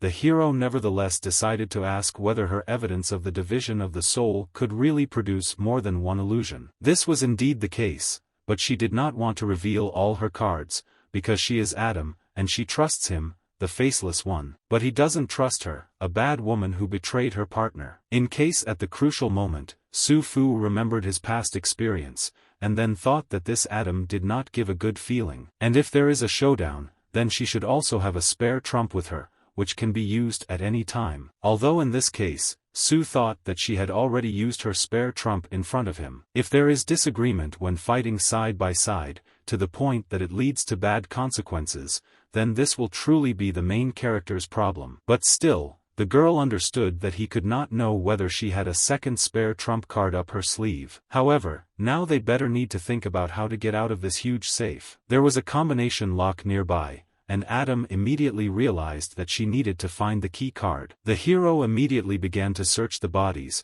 because since they were ordered to set up an ambush here, they definitely have the key. After searching the bodies, only a few very strange objects were discovered. Laughing, the girl even thought that he had found trophies of war, but not some kind of key. After searching the guy's body, Adam found his key card, as well as a strange stone. Suddenly, the siren went off and it was clear that they had been discovered. Due to the fact that it was too noisy here, they were immediately able to be detected. The smart guy asked the girl to leave, and he was going to sneak in as security and get out of there, after which they decided to meet at the old place. Some time later, the young man walked along the dark corridor of the factory, hoping that he would find a way out. Suddenly, someone nearby asked what he was doing here, because there shouldn't be a patrol at this place. A little confused, the guy said that his friend said that he would go to the toilet, but never returned. Hearing this, the man was indignant, because such an argument sounded suspicious, because it was the 4th floor. Su Fu realized that it was not so easy to correct the old man,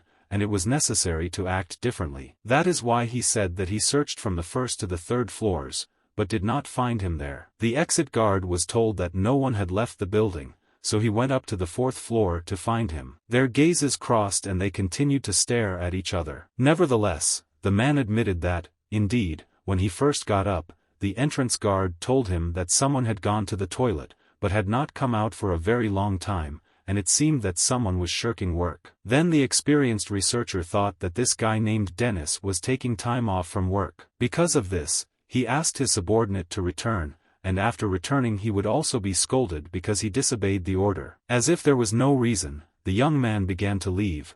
Because the alarm sounded, the investigator was going to cope here alone, and he was ordered to go to another place and start searching there. Suddenly, at that very second, the main character felt unbearable pain, as if something not far from him began to burn. And this was really so, because there was an explosion of incredible proportions that occurred right behind the guy. None of the police could understand what was happening and why such a serious explosion occurred. Watching the criminal, the investigator thought that he was a really cunning thief and had a very quick reaction. At the same time, Su Fu realized that the old man had told Dennis to test him. The man assumed that this was the man who attacked the technical consultant for the preparation of the drug of the city of Heli before dawn, and ordered him to surrender without resistance, or at least this way he could avoid getting burned. According to the young man, it really sounded very friendly, but then it was not clear what about the fireball that was before. The old man could not believe that his enemy knew how to use supernatural armor,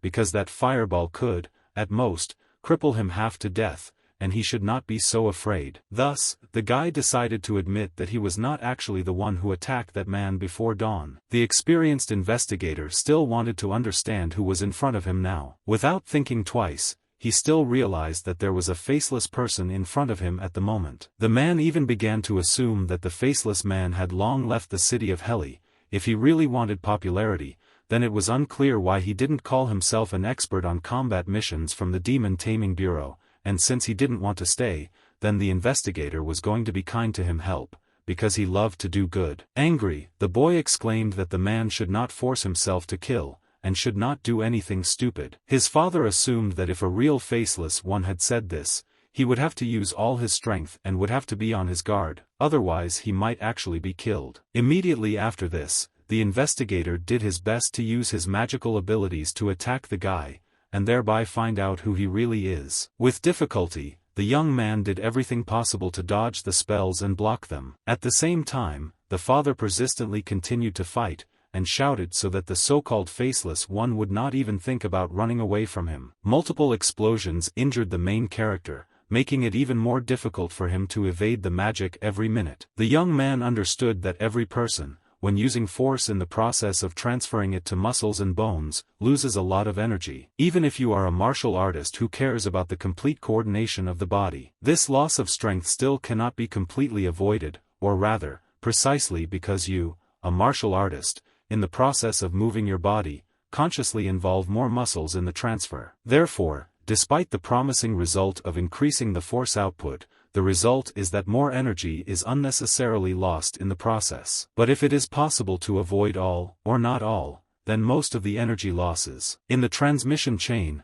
for the force to become purely murderous, it is possible to do the impossible. Using all possible strength, it is truly possible to do the impossible, which is why Su Fu began to launch a counterattack, no matter what. Although it was very difficult for him, he continued to fight against his father in order to show who he really is. Feeling incredibly angry when his father hit him, the son thought that his father had always told him that he was busy at work and had no time to spend with him. Because of this, Su Fu wanted to help his father and issue him a sick leave so that he could stay at home for a while. He did not even demand any gratitude from his father, because he is the same and loves to do good deeds. The blow to the investigator was so strong that he was literally slammed into the wall, and admitted that the blow was indeed good. The man had to admit that if he had not been able to crumble into fire, then it is quite possible that he would have been finished, and since the guy can do such a thing, then he really is faceless. A few seconds later, the man turned into a fiery entity that began to attack the main character. The attacks were truly impressive in strength and power,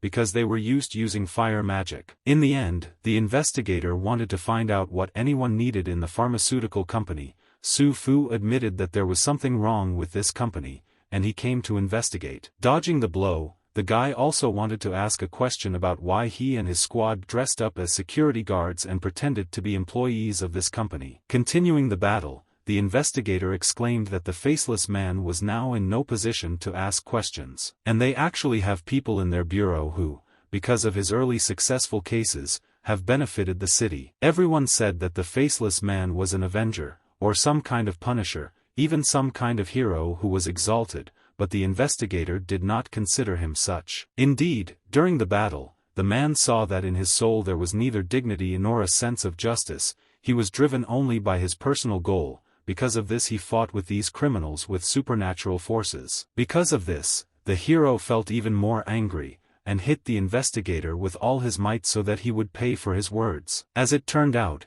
he was able to easily evade, and began to ask the young man if this was really so, and he was fighting with other criminals, because there was a drop of humanity left in him, but it was unknown how much this very humanity would be enough. The policeman exclaimed that he could not trust such a faceless one, and his essence was wrong. Sooner or later it would make itself known to him. The hero nevertheless again decided to ask the question of whether he would answer him or not, because he had information on his hands that would be useful to him. He could guarantee this. Because in fact, the man might not trust him, but this does not prevent them from cooperating. After all, he, too, felt something was wrong and came here. Suddenly, his father decided to admit that he decided to come here because his recent investigation into missing people suggests that some of the missing people are in no way connected with the killer in sheep's clothing, about whom the whole city is making so much noise. This is a pharmaceutical company. On the contrary, it is becoming more and more suspicious,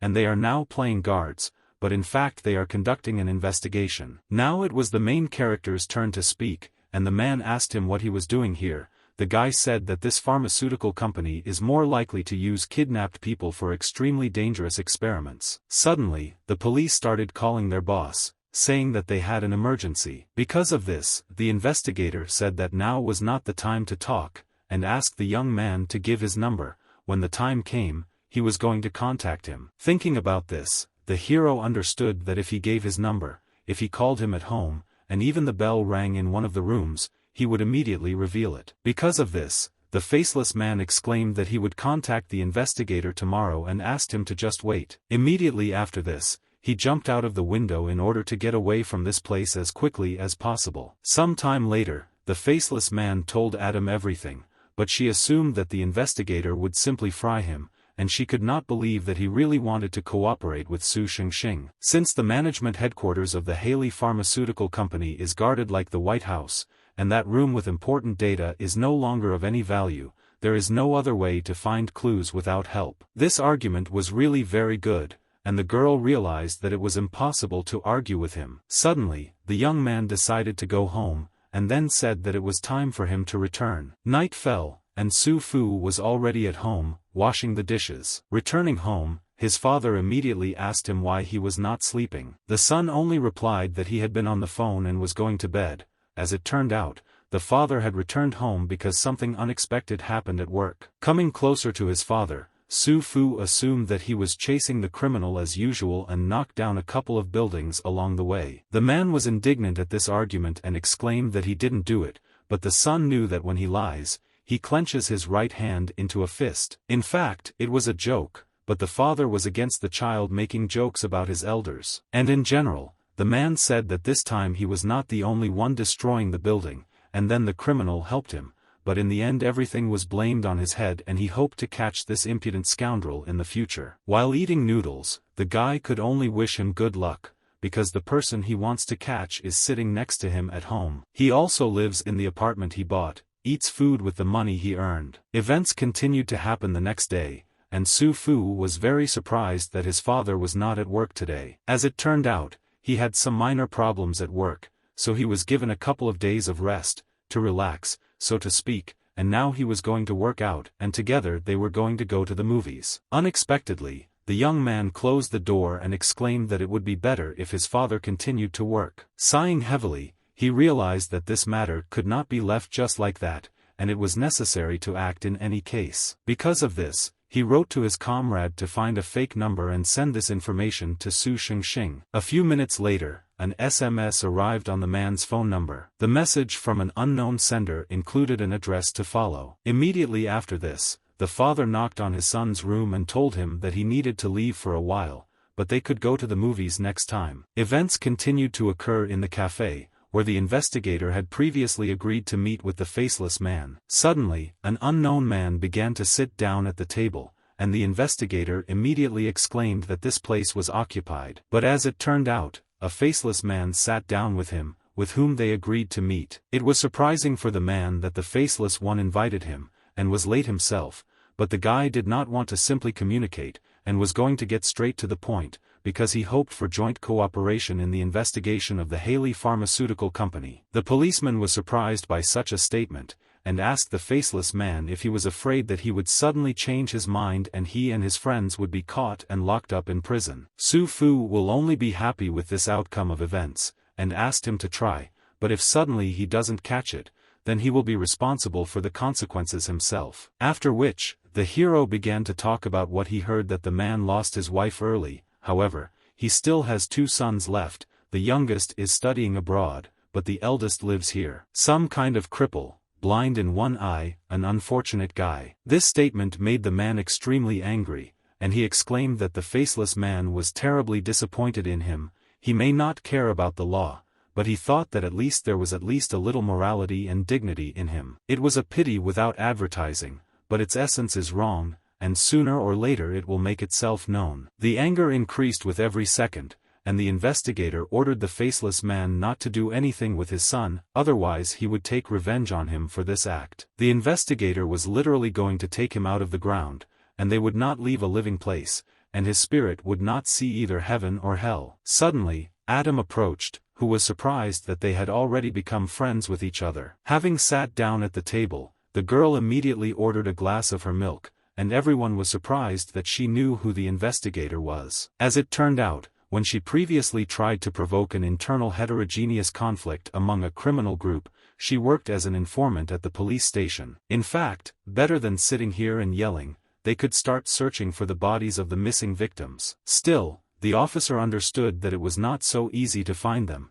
and he was constantly trying to do it. Hearing this, the hero was truly amazed, because he did not understand how the officer could not find the body. It really was almost impossible, because all the bodies had disappeared. Initially the crimes were of a rather amateurish level, however, now they showed skillful work supported by the thinking of a detective, literally killing 2 birds with 1 stone. They turned the killer in sheep's clothing into a scapegoat, blaming everything on him, and the police were given the perfect excuse to close the case. It is quite possible that they understand that there is not much in criminal activity. Under normal circumstances, sooner or later the police find a trace. In this case, the faceless man exclaimed that they are strong in dealing with officials. It doesn't take much brains to understand that his bosses want to blame all the missing persons cases on a murderer in sheep's clothing. Although the man did not say this, he understood that this was indeed possible. The officials used the re-election to force the officer to close the case as quickly as possible, and the hero even admitted that he had previously underestimated them. Adam also began to think that the officer was not telling them something, and was not telling them everything that he actually knew. In fact, he and the head of the pharmaceutical company Haley, Jinta Inoue, are good friends since high school. While the investigator was not suspected, they hoped that he would honestly and openly tell them everything he knew about this man. This was indeed the correct conclusion, because the man had information about him, but he did not think that it could provide at least any worthwhile clue. The girl insisted that all the information must be said, although he thinks there is no point, but maybe they can find something between the lines. Confused, the man sighed heavily, but still decided to tell what he knew. Hearing this answer, Adam immediately agreed to write everything down without spaces, so that absolutely everything would be known. Previously, in high school, Su Shunxing himself could awaken supernatural abilities, but he did not dare to talk about them with anyone. Jinta Inoue realized from the traces left by Shunxing that he was the owner of supernatural power. But in the end, albeit by coincidence, they became good friends. When Jinta was in high school, his father found out about his wife's infidelities, and unable to bear the humiliation, he killed her. To this day his father is serving time in prison, and they say that there was a terrible sight at the crime scene, and Jinta saw it all with his own eyes. He always said that Su Shunxing's marriage to Su Fu's mother, Ling Xiaoran, would end in disaster. Su Shunxing, who was tired of hearing the same thing over and over again, told him that maybe there was someone with superpowers who could help him create the perfect partner. What was unexpected was that Jinta Inoue, who despised marriage, got married before Su Shunxing. Jinta Inoue is a man with a high sense of justice. He wanted to enter the police academy, however, he could not pass the political examination. As a result, Jinta changed his profession and began studying at a medical university, where he met a girl named Suzuki Hikaru. Even before he could graduate from university, they got married. And then he got a job at a local hospital, but quit due to conflicts at work. Going into business, Jinta began trading medicines and developed the enterprise into today's Halley Pharmaceutical Company. He and his wife had a child, whom they named Naoto Inoue, that is, their Hasegawa, and they were happy. But unfortunately, happiness does not last too long, and 3 years ago, Suzuki Hikaru accidentally read a book with forbidden knowledge. And then she fell into a vegetative state. She was admitted to a local hospital for treatment, but she still hasn't woken up. Hearing this, the girl was amazed that a book with forbidden knowledge had been read, and something in this story did not add up. After all, in their information it was written that Suzuki Hikaru became a vegetable due to an accident on the road. According to the investigator, it was the same thing, because forbidden knowledge made her see hallucinations. When Suzuki Hikaru was driving the car, they suddenly started, which caused the accident. As for what forbidden knowledge was there, the policeman could not say. After writing this down, Adam thought that perhaps this forbidden knowledge was somehow connected with a drug that awakened superpowers. The hero also thought about this, because they suspect a secret organization that is conducting experiments on people's bodies in order to find a way to transform an ordinary person into the owner of superpowers. It really seemed like a motive, and Jinta Inoue wants to transform into a superpowered person to create the perfect partner for himself. As it turned out, after that incident, so that no one else could read the forbidden knowledge, the police conducted a serious search, so it is safe to say that only Suzuki Hikaru read the forbidden knowledge. There is no chance that the secret organization knows the content of this knowledge. Unless some medium penetrates her sleeping brain and forcefully extracts information from there. In other words, only a medium was able to do this,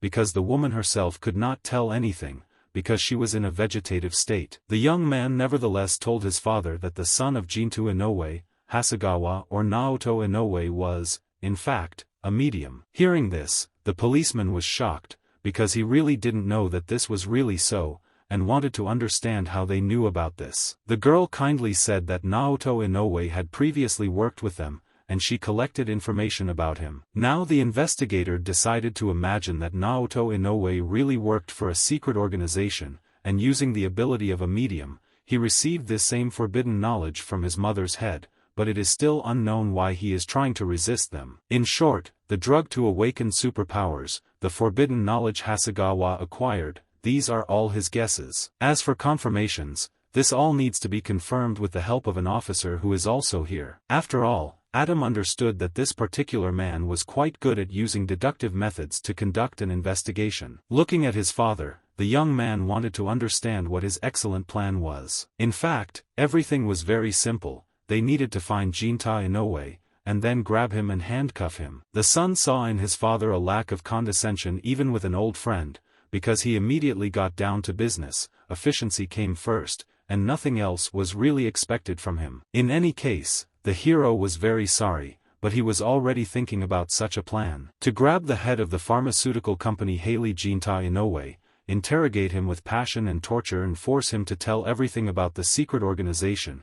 If such a simple plan could have worked, he and Adam would not have infiltrated the pharmaceutical company. The problem is that Jinta Inoue's whereabouts are now unknown. He hasn't been coming to the company at all lately, and no one knows where he has gone, so the blitzkrieg will have to be cancelled. Still, the man asked that they not underestimate the capabilities of the police, because Jinta Inoue is a large figure. His movements will definitely leave traces, and it is much easier for them to look for him than they imagine. The young man understood this, but if he was going to look for him using the local police network, then in that case it was unknown how to secretly interrogate Jinta. That is why the policeman needed assistance to help with the interrogation. Originally, the police were going to file a request to arrest Jinto Inoue after finding him, forcibly taking him to the police station, and when he took him there, they would have the perfect chance to kidnap Jinta. Faceless wanted to know under what pretext Jinta would be arrested.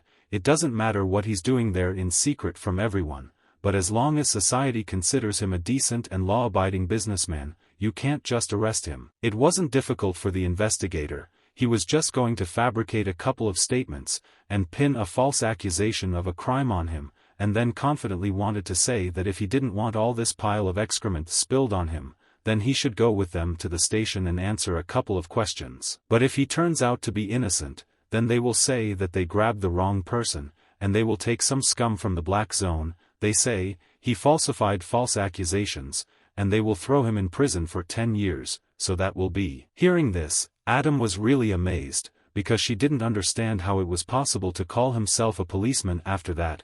Well, the man understood that, circling among the scum and criminals of the city of Heli, from time to time you need to do what is required of him. This is called playing by the rules. Smiling, the faceless man exclaimed that if his son found out what kind of player he really was according to the rules, he didn't even know how he would react. Sighing heavily, the man said that he would not understand, and he would never know, but Su Fu actually already knew about it. Looking at the man, the girl realized that the owner of a top-class superpower had never sat so close to her. If he attacked them now, she was afraid that they would both die here. In fact, Su Fu realized that in a fight with such a strong opponent, only Adam would die. But the girl couldn't understand why he hid his strength when he was young.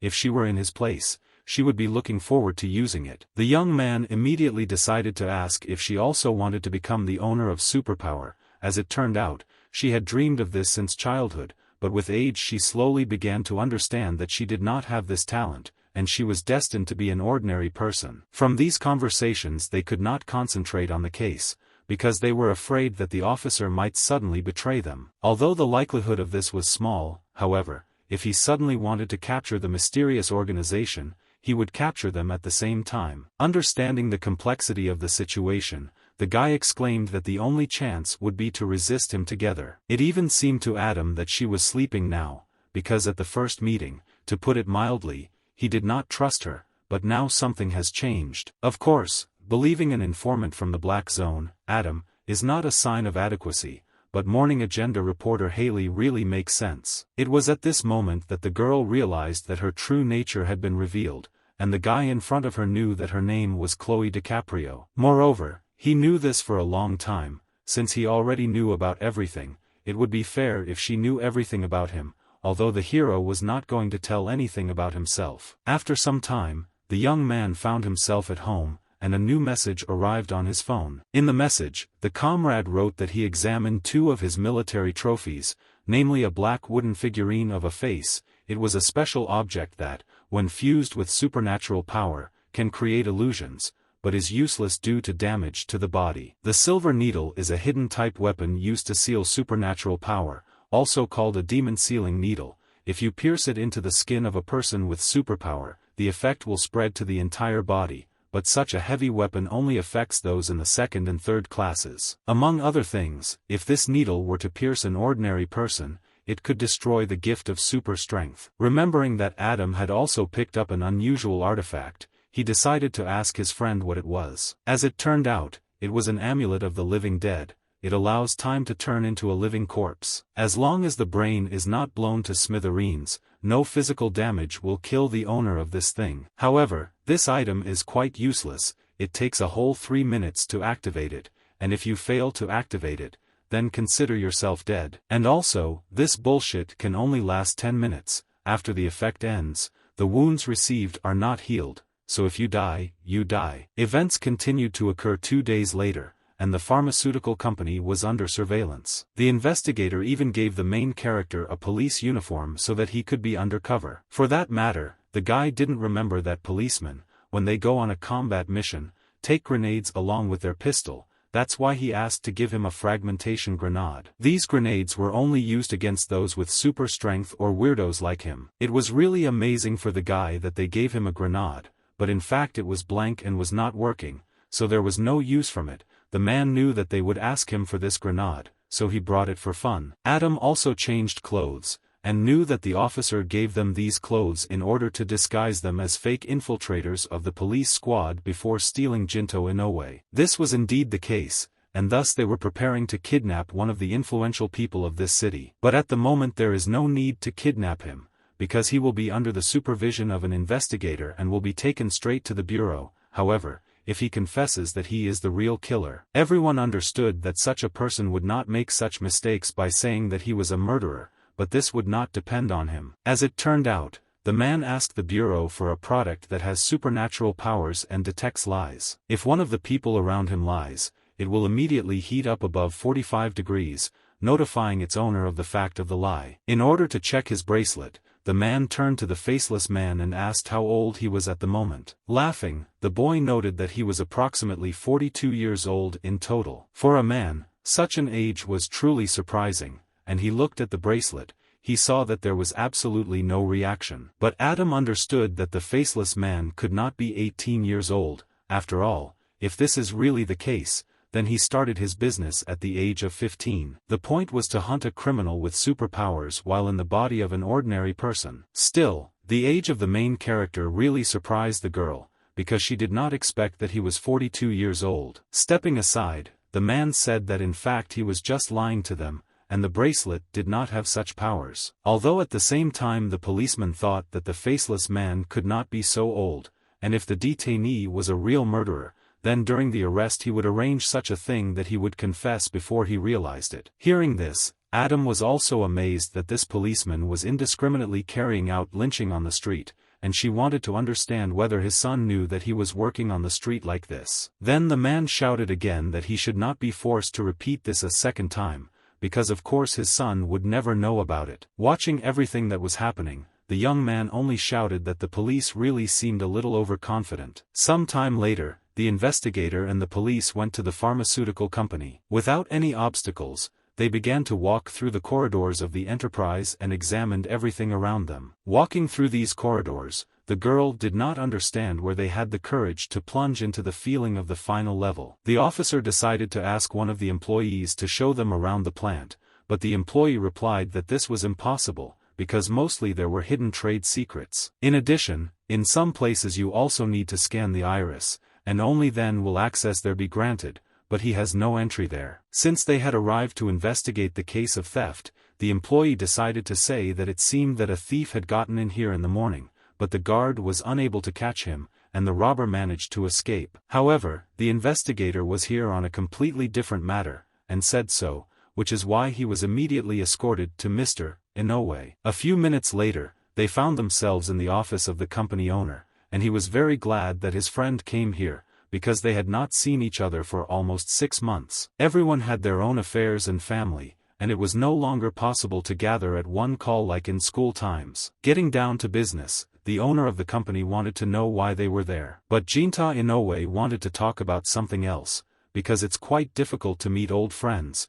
If they only talk about business, it will turn into boring. The man did not see the point in these conversations, and exclaimed that today they would only talk about business. The comrade immediately thought that this was probably due to the fact that the police were very busy. The officer said that Han Tong would be here soon, and he was only going to ask him one question before he was going to leave. The question was whether he was behind the recent disappearances in the city of Halley. Hearing such a question, the man immediately began to deny, saying that this was the first time he had heard about it. As it turned out, at the same time, the bracelet actually signaled that there was a lie in the radius around. Henchman Jinta Inoue exclaimed that there was no need to continue pretending, because the police had brought in a special object that would allow him to figure out his deception. Immediately after this, they began to prepare for a fight. The officer was about to light his cigarette, and the scoundrel's henchman was summoning air magic. Suddenly, the head of the company asked them to stop, because even though this room has excellent soundproofing, even if they start shooting here, the shooting will not be heard from outside, but he and Xiao Sheng both have supernatural strength. If they engage in battle, they will certainly be heard by people outside. The scoundrel did not understand what was wrong with this. After all, this policeman explained the essence to him, and he is still afraid under some circumstances. Then it is not clear how she differs from a murderer who is afraid to kill chickens. As it turns out, what Jinta Inoue actually meant was that he thought this was probably the last conversation he would have with his friend. But still, the criminal wanted to do something else for the sake of this hard-won friendship, in order to consider this the salvation of the situation, because only he has such a friend. After which, Jinta Inoue began to call his friend Sheng Xing so that they could hug. Hearing this, Sheng Xing couldn't believe that the criminal was calling him for a hug. This whole situation made the man laugh, because since ancient times vulgar bureaucracy and violation of rules caused him great disgust, but now he is part of the structure of the alliance of bearers of unique abilities, and everywhere there are only obstacles holding him back. Because of this, Sheng Xing must understand the value of a drug that awakens superpowers, because as long as this achievement is the key to peace, even the alliance will be forced to forget all their atrocities. Unexpectedly, the policeman stopped his comrade, because he could no longer listen to this nonsense, because he understood that his friend was no longer here. And one should not continue to pretend to be his friend and try to talk to him, because Sheng Xing believed that listening to him was the same as believing a liar. Suddenly, the scoundrel remembered what he had previously told his comrade, that the human heart is not permanent. Parents and children, spouses, brothers, friends, no connection can be eternal. The actual fight demonstrates this clearly, and according to Jinta Inoue, it is truly sad. The human heart is like a vessel, constantly changing its parts. As oblivion comes to replace memories, the old personality will sooner or later be replaced by a new one, and spiritual death comes much faster than physical death. The policeman did not want to listen to this anymore. After all these words were saturated with the hipster stench and the book Sublime from Earthly Life. His former friend was imbued with the essence of life, without having the slightest interest in it. The only thing that Sheng Xing cared about now was that associated with his research into awakening supernatural powers. The insolent one remembered that earlier he had been told that only by possessing supernatural power can one advance in the field of one's research. It was then that Sheng Xing thought that Jinta Inoue allowed his own son to extract forbidden knowledge from his wife's brain. But this was not the case. The source of his confidence in researching drugs that have awakening superpowers is indeed forbidden knowledge. However, this had nothing to do with his wife. In addition, his son is full of thoughts and heroism. He definitely would not help him in such matters. As it turned out, the forbidden knowledge was transferred to him by one mysterious person. More than a month ago, someone with a damaged body appeared in front of him. But he didn't know where he got the forbidden knowledge about the theory of creating drugs that awaken superpowers. Although some technical characteristics were missing, there were still benefits. Ultimately, when he made a promise to Jinta that if he could create the final product, he would give him a copy. After which, Jinta unilaterally refused this promise, because the motive was very simple. Since he had already given him all the information for the value, there was no more from him. And the owner of the company himself also did not want to transfer valuable technical achievements to someone who wants to come with everything ready-made. The owner of the pack knowledge was unhappy, so he sneaked in this morning in the hope of stealing the technical achievements located here. However, the outcome was obvious. His plan failed, and he fled. Listening to this whole story, the policeman began to become angry, and he used his magical abilities, because in this case, the next time the enemy must definitely fail, and the difference between him and the thief is that he absolutely cannot escape from the hands of the police. For the villain, this self-confidence was funny, because he understood that he had a lot of guards who could protect him even from such a strong enemy. Jinta still wanted to find out from his former friend why he decided that he had a chance of victory. After all, regardless of who he is now on the sidelines, otherwise he still has supernatural abilities. The villain also shouted that this entire pharmaceutical company is full of his subordinates who are ready to help in a fight at any moment. Meanwhile, the police had already broken into the pharmaceutical company and staged a raid, detaining all the guards. The brave policeman Sheng Xing exclaimed that he also had many subordinates, and they were ready to help him at any time. The main character at the same second began to attack, but the scoundrel's henchman began to defend himself using his supernatural powers. Many super-speed attacks were used right before the youth reached his opponent. This confrontation was truly impressive because Su Fu truly could not be a match against such a strong enemy. Still, first, the guy decided to stop in order to think about how to win this fight. While his father was making a counterattack, the young man decided that it was time to attack and rushed into battle again. Using his physical strength, Su Fu easily reached the main opponent in order to strike from behind. The scoundrel, in turn, used a force barrier to prevent the enemy from attacking him. The force barrier was so strong that the main character actually failed to attack the enemy, because he realized that this man had objects with superpowers. Luckily, Adam possessed an artifact called the Evidence of Separation, which was used to penetrate the force barrier. Now the scoundrel had nowhere to run, and he only began to beg to be spared. As soon as the girl fell into the force barrier, she immediately used an attack directly on Jinta Inoue's head in order to completely neutralize him. The attack was carried out successfully, and the girl easily moved out of the force barrier. For the young man, the girl's actions were truly strange, because he did not understand what her motive was for inflicting such serious injuries. At the same time, the police shouted that they were in danger because the supernatural objects were out of control. Because the supernatural objects could no longer be controlled, an explosion of incredible proportions occurred. As soon as the explosion sounded, the villain tried to escape, and tried to be as unnoticed as possible. The hero tried to stop him, but an enemy henchman immediately appeared in front of him and was about to attack. The villain had incredible speed,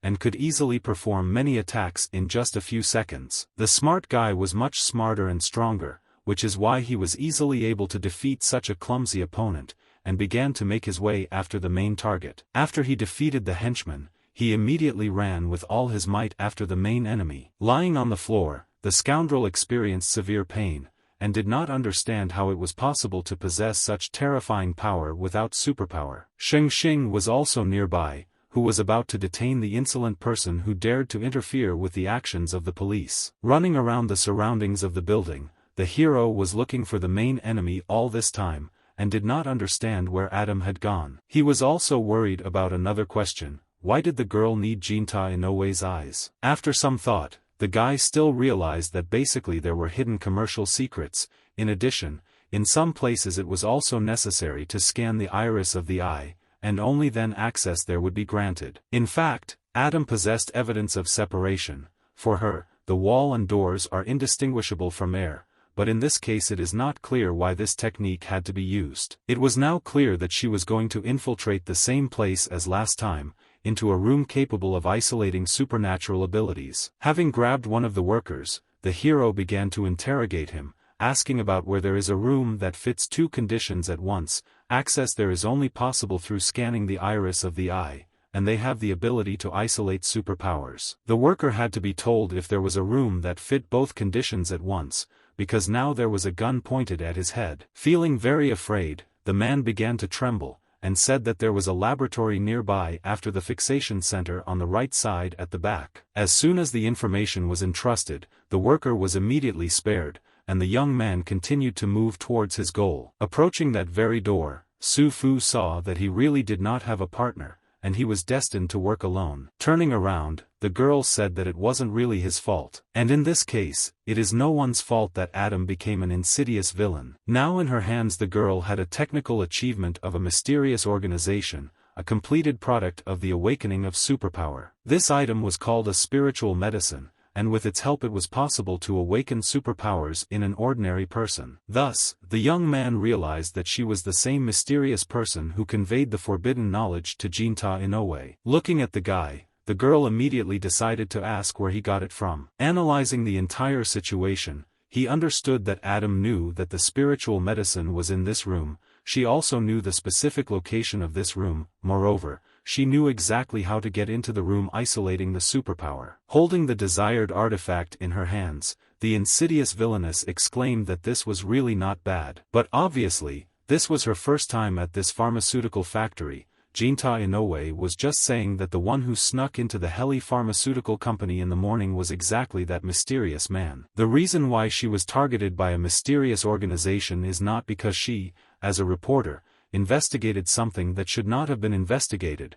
but because after Jinta Inoue betrayed her, the initiator who passed on the forbidden knowledge to him, in addition, he wanted to kill an unwanted witness. In fact, Adam also did not expect such a turn of events, because in order for him not to break this promise, she specifically concluded with him an effective contract of superpower of the highest level called the Lunar Oath of Oblivion. The one who first breaks the agreement will immediately die based on this oath. And in this situation, no one would have thought that it was Jinta Inoue who would think of breaking the contract. In order to find someone who agreed to study the forbidden knowledge, and is also capable of conducting deep research, however, not so much as to betray her as a partner, she began selecting candidates from last year. For her, as a person acting alone, this was a very difficult task. However, in the end, she was not only thrown aside, but also she could not find his place for research in the introduction, and for Adam this is simply a shame. The hero still understood that she did not immediately give up on this,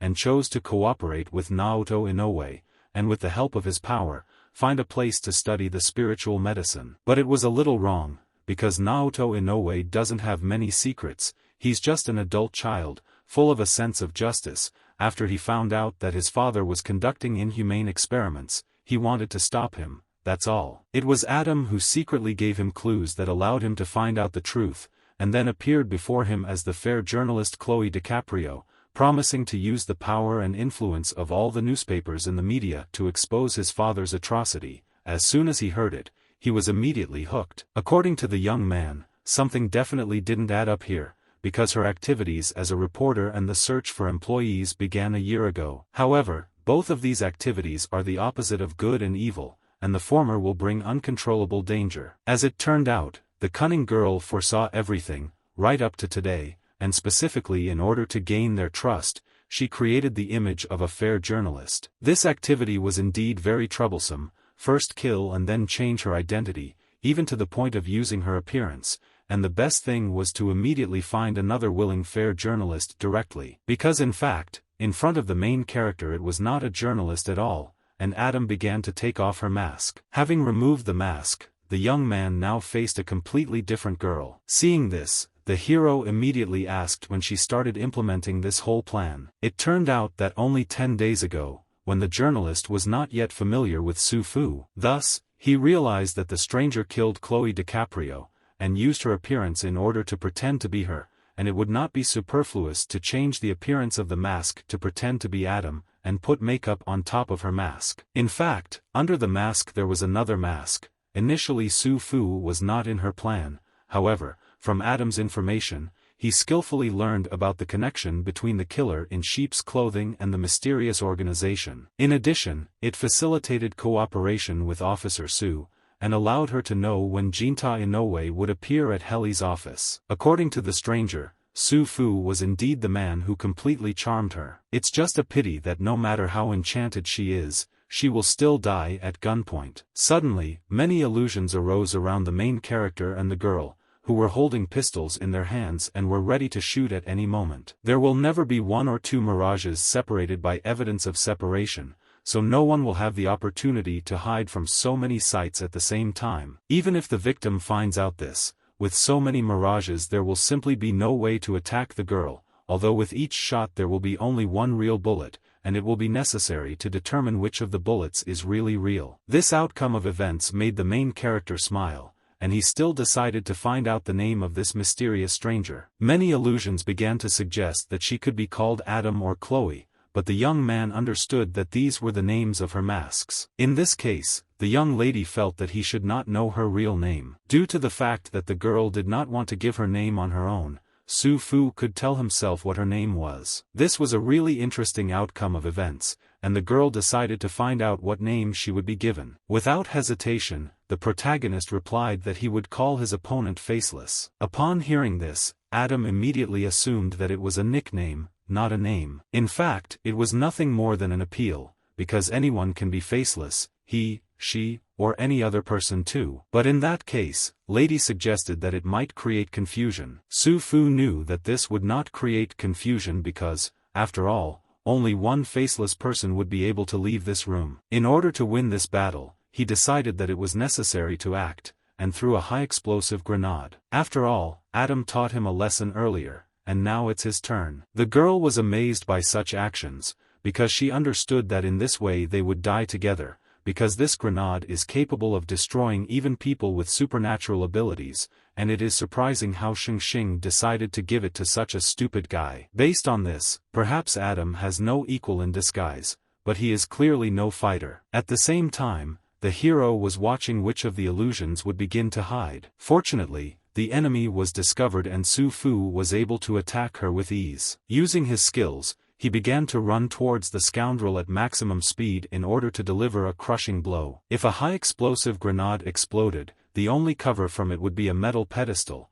To take cover means to immediately give yourself away. Thus, Adam learned her lesson, because it was necessary to understand that in this way she would reveal herself. Moreover, naturally Xing would not give him a real high-explosive grenade. And the thrown grenade was actually a blank, and this whole situation was a simple bluff. Suddenly, looking back, the young man noticed that the girl's body was no longer there. Due to this, he immediately realized that his opponent had probably escaped. Earlier, the hero had an amazing dream in which he was walking somewhere. In front of him was a familiar door, but it belonged to his past life, and to the house in which he lived. Once the door was opened, there was an abyss behind it into which one could easily fall. Falling into the abyss, memories from his life, which he is living at the moment, began to appear before the young man. After which, having completely fallen, he saw himself still very small. The little boy saw the main characters who could only shout at the self-confidently smiling villains, and he was not going to be that kind of hero. Suddenly, another door opened behind him, and the young man began to walk towards it without hesitation. Entering the door, he saw his school days, and how he sat at his desk. Having drawn a costume for himself on pieces of paper, he thought that the villains would immediately be scared by his costume and that's what was needed. Although the main reason is still that he just really liked the outfit. This sight was indeed very exciting, and Su Fu was proud that he had become what he was now. The next scene shows how the hero was looking for information that the capital's waters were being drained into the central rivers by the so-called well-known enterprises, and everything was very confusing. In the past, he did not understand why there were no supernatural powers in this world, and if he had them, he could fix everything. Immediately after this, he moved to the street where he had previously been killed, and realized that justice is indeed a complex thing. Seeing his murder, Su Fu again began to move to an unknown place. As soon as all this happened, he found himself in a bar, where he was sitting at the bar counter. Not far from him was his old partner,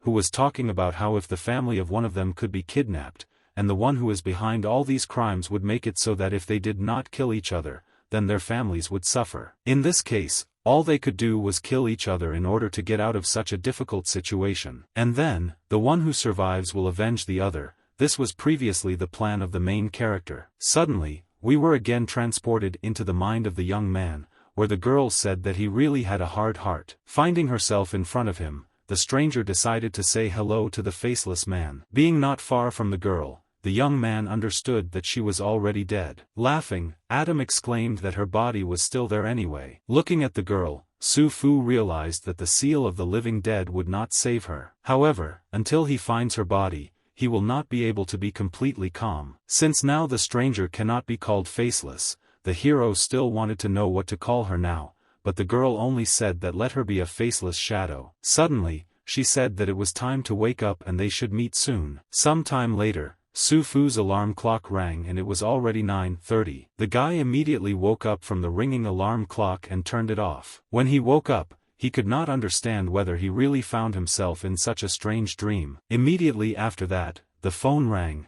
and without hesitation, he answered the call. As it turned out, it was Hasegawa who called and wanted to meet. The meeting again took place in a restaurant, and Su Fu immediately decided to warn Hasegawa that the police were looking for him, but he knew this. It also took him a long time to get himself and his affairs in order.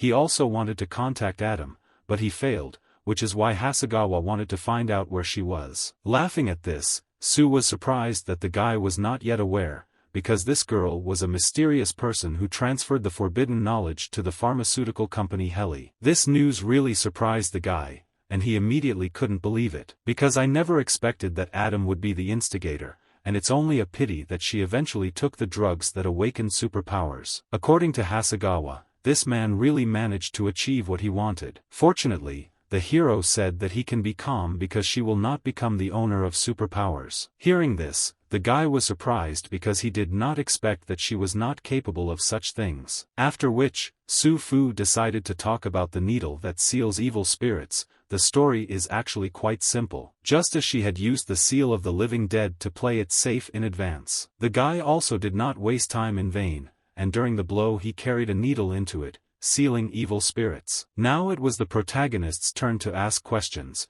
and he wanted to know if Hasegawa really killed Jinta Inoue. At that moment, Jinta Inoue's eyes were missing. In addition, he was seriously injured, but he was still able to escape. After he barely escaped from the company building, he still failed to escape. On the contrary, he died right in front of the company. According to the results of the forensic medical examination, death occurred from a manually inflicted through wound to the heart. As it turned out, the young man really couldn't save him, because his father, Jinta Inoue, hypnotized himself through mind control. In order not to allow the feeling of guilt to take over him in the process of implementing the plan. As far as Su Fu knew, he had always hated the fact that human thoughts were changeable, and this may have been his motive for acquiring superpower. The son admitted that he really did this to save his mother and himself. That day, with the help of rituals and psychic abilities, he tracked the location of the company. His father, dragging his scarred body, cut out of the waiting room, climbed out the window and found himself outside the pharmaceutical company. Hasegawa exclaimed that his father taught him from childhood that a person should be fair, and even if he becomes the owner of superpowers, he should not oppress the innocent. As soon as someone sees that the strong are offending the weak, one should not stand aside and come to the rescue. All this time, the father insisted that his wife Hikaru had been in a coma for 3 years. Only with the help of drugs awakening superpowers could her consciousness be greatly aroused, and then it would begin. The young man was not worried about this at all, but about the fact that because this drug was developed, many innocent people were killed. The father continued to make excuses, saying that in childhood his parents had a good relationship, but over time they deteriorated, and the parents began to quarrel with or without reason. This did not happen for any special reason, and nothing like that happened. Human hearts are just fickle. They get tired of each other. After which, the father told his son that when he was in high school, he saw his father kill his mother with an axe, and he immediately decided that he would never repeat their fate. By saying all this, he wanted to say that he would never leave his beloved Hikaru. She has been in a coma for 3 years now, and he would like to say that he will love her forever, but he is gradually turning into the one he hates the most. The man often came to her, and turns her to another box, and also wipes her body, which is gradually losing its shape, and looks at her slowly deforming face. To deal with her natural needs, and why rush to find the best doctor, Jinta Inoue had to make her open her eyes again, and had to hear her voice. Thus, everything was supposed to be corrected, which is why the father ordered his son not to try to stop him. Pushing his father away, Hasegawa literally refused to listen to him. After all, he was very grateful to his mother for giving birth to him. If she wakes up after he kills innocent people, she will fall asleep again and leave him, in which case he wants to follow her wishes right now. And if she were grateful to him for the murderer, then being his mother at least 10 times, he would not have saved her. Realizing that his son was against such methods, the father immediately asked him to stop beating around the bush and say whether he really was not going to save her. Hasegawa was going to find a completely different way to save his mother, even if it took another decade, and he wouldn't give up like his father. After which, Jinta Inoue was killed, because he was unworthy of life,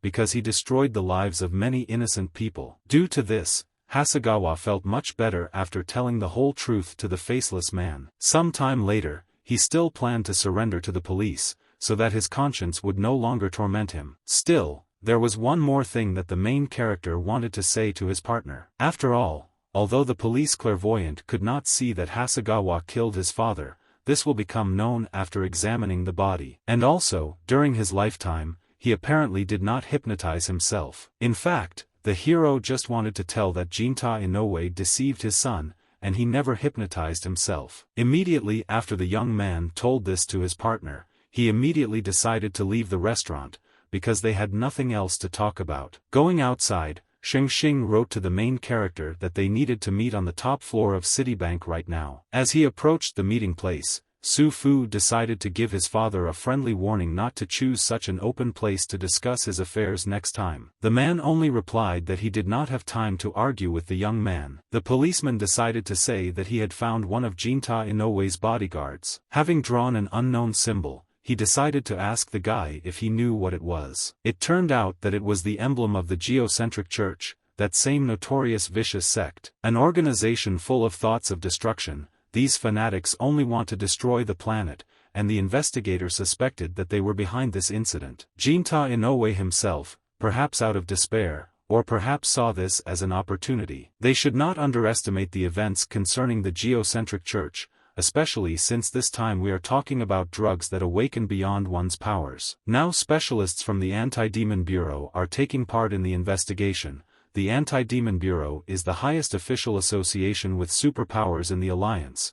They are good at fighting not only the undead and monsters, but also criminals with superpowers. Therefore, the policeman suggested that for the near future he should slow down his ardor and know his place, because he clearly did not want to get into trouble with the specialists in the fight against demons. As for the geocentric church, one cannot fail to mention the death of people. The indication of life is accompanied by the emergence of dead spirits, and they cannot dissipate and disappear. On the contrary, due to the force of gravity, they settle underground. The geocentric church believes that in the center of the earth, in the endless darkness, dwells an unseen mighty ghost. This church considers him the supreme god, called the Fallen One, and the death of the faceless man's previous partner was absolutely definitely connected with them. All he was going to do in this case was find a clue. Having started to act, the young man contacted his comrade, and he confirmed that the one who attacked Hasegawa the last time was inside. It is this person who is responsible for conducting experiments on people. The other two are bodyguards whom he hired on the black market. Suddenly, the bodyguards saw that someone had secretly entered the room, because the door was open. Meanwhile, the man shouted that he was not going to cook dinner for the guard, because there were only enough eggs in the refrigerator for him. At that very second, the man was stunned, because he did not expect to see a strange entity not far from him. This strange entity was a faceless man, and he obviously didn't come here for eggs. And looking at the scoundrel, the guy exclaimed that he had come here from the church. Because of this, the man began to fear him even more, and tried with all his might to defend himself from the attack that he was so expecting. Pressing the scoundrel against the wall, Su Fu ordered him to lay out everything he knew. After all, he needed information about the case, which was bound by the geocentric church. Experiencing severe pain, the man did not understand why they were asking him about this, because the mysterious stranger himself had just arrived from there. Nevertheless, the young man admitted that it just so happened that he had to deceive about the fact that he came from the church. Before killing the scoundrel, Su Fu decided to show him his strength and threw one of the chicken eggs. Immediately after this, he threw a chicken egg directly into the refrigerator door. The refrigerator door was literally broken through, and the faceless man exclaimed that he did not think that his ribs would be stronger than the door of this refrigerator. But the hero was sure that if he continued to be so loud, he would deprive him of his vocal cords. Having released the insolent man, he again decided to order him to tell him how he got in touch with the geocentric church. Feeling great fear, the man shouted that he would tell absolutely everything. After Jinta Inoue somehow obtained a method for making superpower-inducing agents, he called together several researchers to create a secret team. Among them were those who were forced, and those who were led to profit. Residents of the Black Zone were hired to kidnap the test subjects. However, soon two especially gifted with power somehow learned about Jinta Inoue's plans and tried to steal the research materials. These people called themselves the Withered Believers, that is, people from the geocentric church. Jinta Inoue had no choice and decided to be loyal to the geocentric church.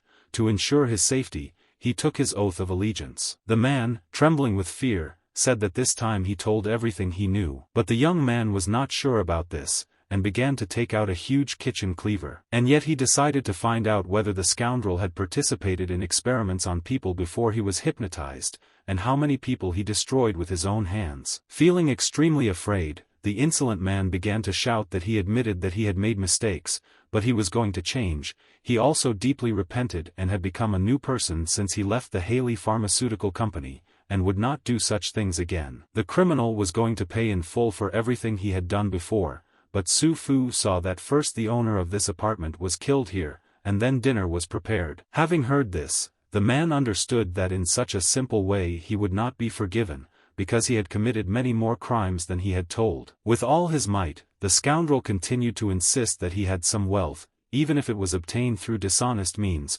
However, he spent his whole life accumulating his fortune. Due to the fact that he did not want to die, the scoundrel wanted to give literally everything in order to survive. As it turned out, in fact, the hero did not say anything about not making him a sacrificial offering, because such a scoundrel is not worthy to live. Some time later, the faceless man realized that from now on his only connection with the world is touch, and through this remaining organ of perception he will only feel pain, because this is a sacrifice for profit. In order to carry out the ritual, the young man used candles, time, and also a bowl. In fact, Su Fu had no idea before that this impudent man had killed the previous owner of the apartment, and he obviously should have immediately denied it or blamed it on his guards. So he would, perhaps, believe just a little bit that this man really became a different person. Taking the sacred pen in his hands this time, the faceless one hoped that this time would not be like the last, and he would not become as crazy as Hasegawa. To perform a magical ritual,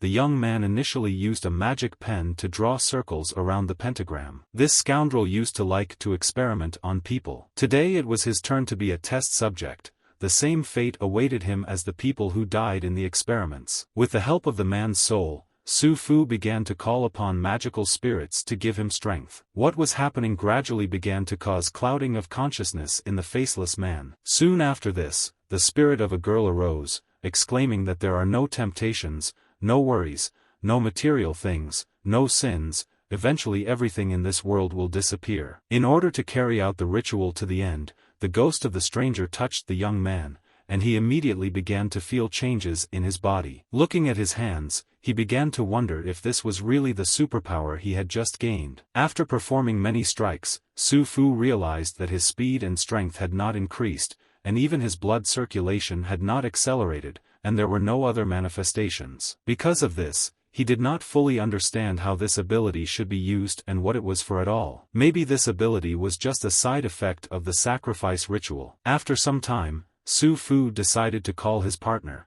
who said that he checked the news about medicines, and everything happened as he expected. The control was very strict. This could not be found on the black market. These drugs have the ability to reduce perceptions and make the person taking them somewhat immune to psychological attacks, and they are really not easy to find. If the hero can take these drugs during the ritual of sacrifice, he will have a significantly reduced perception, then he will develop a stronger immunity to the side effects of the sacrifice, and perhaps then he will be able to figure out what happened during the ritual. Fortunately, the young man knew who could make this medicine, and maybe his partner could help him in the investigation. In fact, he really only knew the place of his temporary stay, his nickname, and also that he could make medicine, only these 3 points, and that's all. This man's nickname was Dr. Turin, and Su Fu immediately decided to head towards him. Some time later, events continued to occur at the station. Many people were surprised that an unusual traveler came to the station. As it turned out,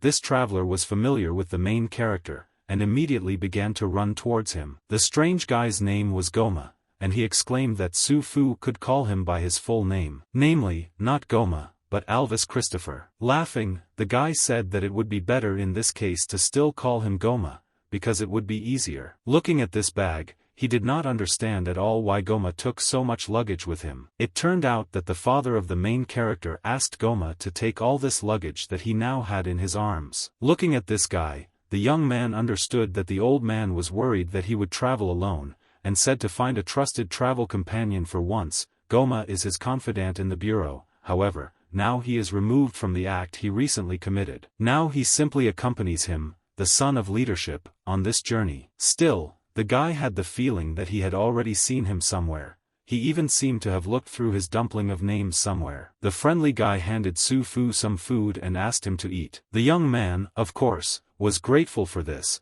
but wanted to say that he really didn't need to take care of him like a servant, but the chief told him that his duty was just that, caring. All this time the boy unquestioningly listened to his boss, so he also punished him for doing something wrong. Goma decided to say that recently Commander Su, under the guise of a security guard, took him through the Heli pharmaceutical company, where he met with a faceless man. Later, information was revealed that when he met him, he did nothing and for this he was suspended. Hearing this, the young man immediately decided to ask whether Goma supported the faceless one. And this was really so, because the fellow traveler replied that he really supported him. All this time, the young man turned out that the faceless one is a criminal, because he does not value order at all and kills those whom he pleases. It was not between them and my father. My father believed that the faceless are in no way a benefactor, he acts only in his own interests, and it's not good to support him while being a policeman. Although this opinion was not true, the guy still thought that the faceless man was not a bad person. Still, he really killed many,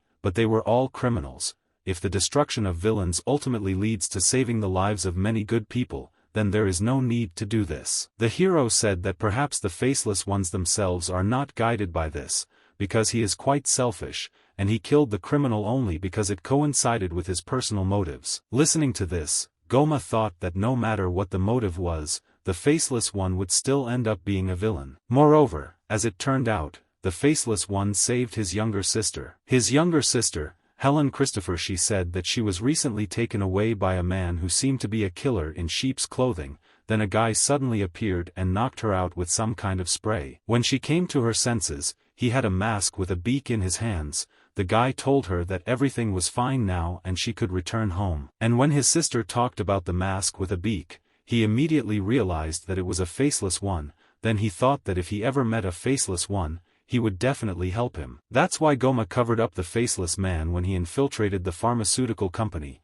although he was eventually knocked out, and now it seems that the police do not trust the good-natured guy. Driving past one of the stations, the hero noticed an unusual girl who was sitting in a wheelchair. His partner said that they had just arrived in Yenshan, and it was a long time before they arrived in Anshi, which is why he decided to ask Su Fu if he wanted to take a nap. The polite guy decided to refuse and said that he would wake up his friend if anything happened. After which, Goma immediately decided to get some sleep, and fell asleep instantly. Immediately after this, Su Fu started scrolling through his phone, thinking about Dr. Turin since he first heard about him from Adam. According to her, Dr. Turin carried out his activities in the vicinity of Anshin, and although he has no reason to believe her, now he has no choice but to try his luck. Even if you ask the drones to collect data, he knows nothing about Dr. Turin's gender, background or age, let alone his appearance. The hero only knew that he was wandering around the Alliance, considered a wandering doctor, and those who saw him describe him differently. Some say that he is a man, some say that he is a woman, some say that he is elderly, and some even said that he was young, or even a child. In general, no one was sure of what they were saying. The whole city was full of strange gossip, and it was all quite suspicious. Some time later, events continued to occur in the city of Anshin, not far from the Zoroastrian temple. They said that the history of this temple dates back more than 100 centuries. The Alliance has the largest number of followers of Zoroastrianism.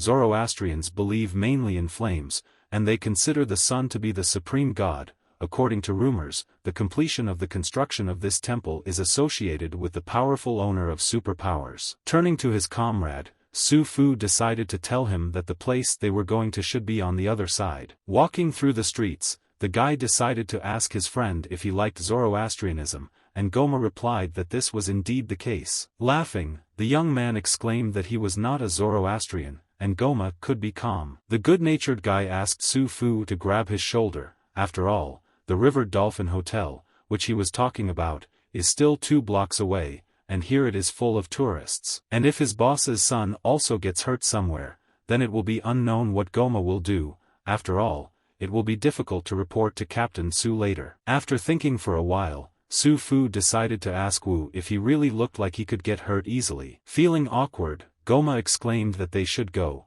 because they must first go to the hotel and book a room there. After walking a few tens of meters, Su Fu decided to ask if he was disgusting to Goma. This question really surprised the traveler, and he did not even know how to answer it. In fact, the question was justified, because not only did he speak badly of the faceless people he liked, but he was also a worthless disabled person who couldn't go anywhere without an accompanying person. If he hadn't insisted on coming to Anshi, he wouldn't have to now be an accompanying person. Su Fu even thought that his escort probably thought that he was a dissolute son of a policeman who could only rely on his father's attention, causing inconvenience to others, and therefore despised him. Unable to tolerate such statements, Goma shouted that he could not do this, because Captain Su was his savior and benefactor, which means that Captain Xiaoyu's son was also his benefactor, naturally, and he could not despise him. Hearing this, the hero could not believe that his father really was the savior. Some time later, events continued to occur in the hotel. Good-natured Goma made the bed,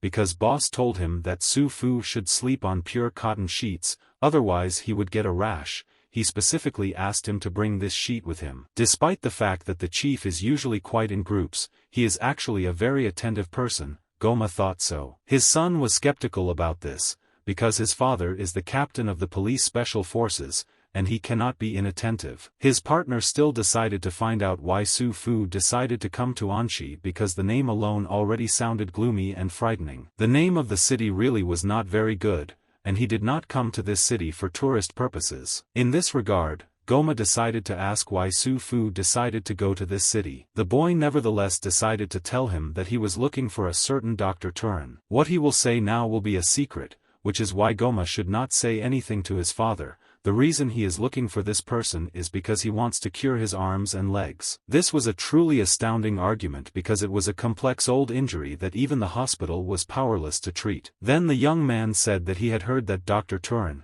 a very capable wandering doctor with superpower, was located in Anshi, so he rushed here, although he did not have high hopes for all this, but just wanted to try. Meanwhile, the main character's phone received a message from his partner that he had found out where the doctor last appeared, and perhaps his habitat is located at the address. Still, Goma really wanted to know why he couldn't tell the boss directly about this, but Su Fu hoped that he would keep his secret, because after all, if his father found out about this matter, he would likely think that he was really I am actually very concerned about my disability. This will create unnecessary pressure that will affect their relationship. In this case, Goma still decided to find out how the young man was going to persuade Dr. Turin to treat him. The guy immediately decided to show the place where the doctor was supposed to be and said that first you need to find him before talking about treatment. Some time later, they came to a bar where a man who calls himself Dr. Turin actually stayed, but he left yesterday. The money he gave would obviously be enough for a month's stay. It was really surprising for the guys that his name was really Dr. Turin.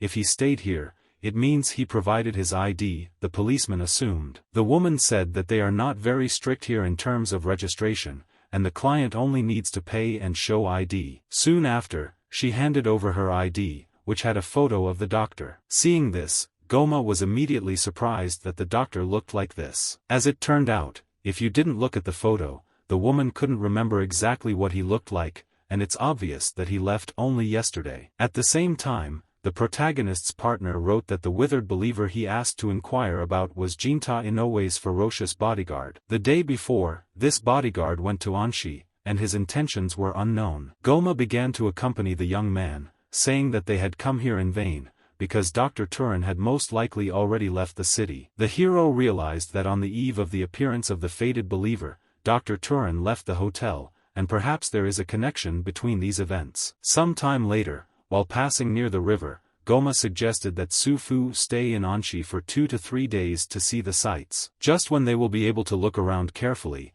otherwise the police did not understand why this place was given the unfortunate name of Anshi. Suddenly, someone behind exclaimed that the name Anshi is associated with the name of a nightmare monster that lived here 350 years ago. Turning around, Su Fu saw a very familiar girl behind him. It was the same girl who was at the station and was in a wheelchair. The woman decided to tell her that 6 centuries ago 2 moons shone in the sky, all of which was 6 centuries ago. It is unknown why the mighty spirit emerged from the mantle of the earth. Subsequently, one of the moons was drawn into the abstract universe. The moon that was pulled into the abstract universe is now called the Moon of Oblivion. And the undead who did this are called the God of Doomsday. This led to 5 centuries of hellish chaos on Earth, and civilization collapsed. Thus, Goma decided to find out how this connects the monster with Anshi. The young man knew that 6 centuries ago, due to the appearance of the god of judgment, a huge number of dead spirits escaped from inside the planet to the surface,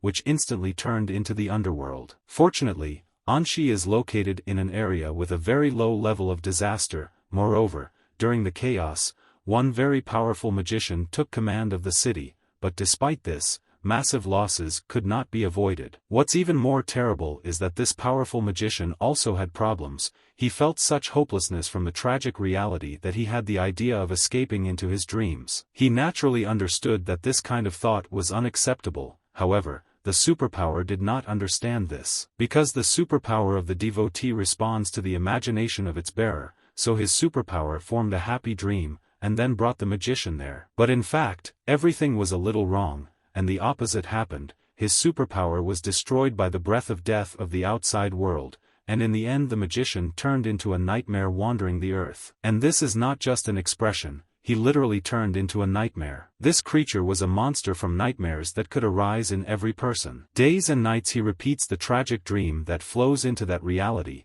and at the same time draws into it those who cross his path. Even if now humanity has already emerged from that terrible catastrophe, and civilization has been restored. As before, all he can do is create tragedy here and there in his nightmare, forever deprived of the opportunity to free himself from this burden. From this story, Goma literally began to tremble, and still wanted to find out where this mysterious man was. Knocking on the ground, the hero said that he was right here, and rested in peace under their feet. That is why this city was called Anshi, because the name was dedicated to this person. The disabled girl also said that sometimes superpower can turn against its owner. That is why it is not always joyful to become its owner. The alarmed policeman immediately realized that the dream chaga was under their feet, and in other words, it was sealed. It was approximately 100 years ago, shortly after the formation of the alliance. Several powerful sealing magicians worked together to seal the monster. Now this place is very popular among tourists, stimulating the rapid development of the local economy. In this case, Goma wanted to understand,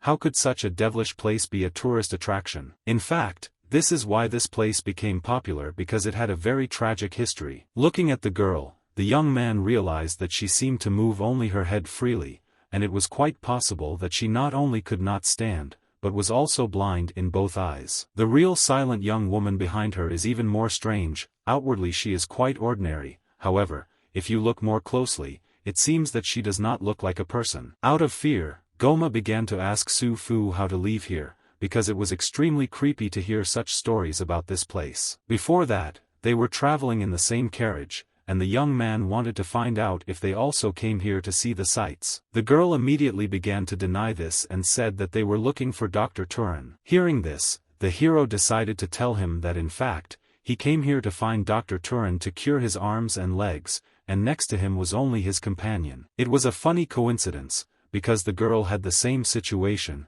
After one accident, she could only move in a wheelchair, and she heard that Dr. Turin had a good disability, and therefore came specially. The partner decided to admit that they had just left there, and the owner of the establishment said that Dr. Turin had moved out yesterday, and their hopes were in vain. However, this doctor initially seemed like a suspicious person, and who knows, maybe if they come here for a few days, they will be able to meet him. The girl suggested that since they became friends due to illness, they could take the opportunity to be real tourists and walk around the city together. The offer was really tempting, but the hero was forced to refuse, because they were in a hurry to get here, and could not even rest properly. Because of this, they were forced to refuse the disabled woman, and went to get a good night's sleep. Some time later, they returned to the room and discussed that the beef stew at dinner was really delicious, and they didn't know if it would still be there tomorrow. Goma still decided to understand whether it was really safe that the nightmare monster was sealed,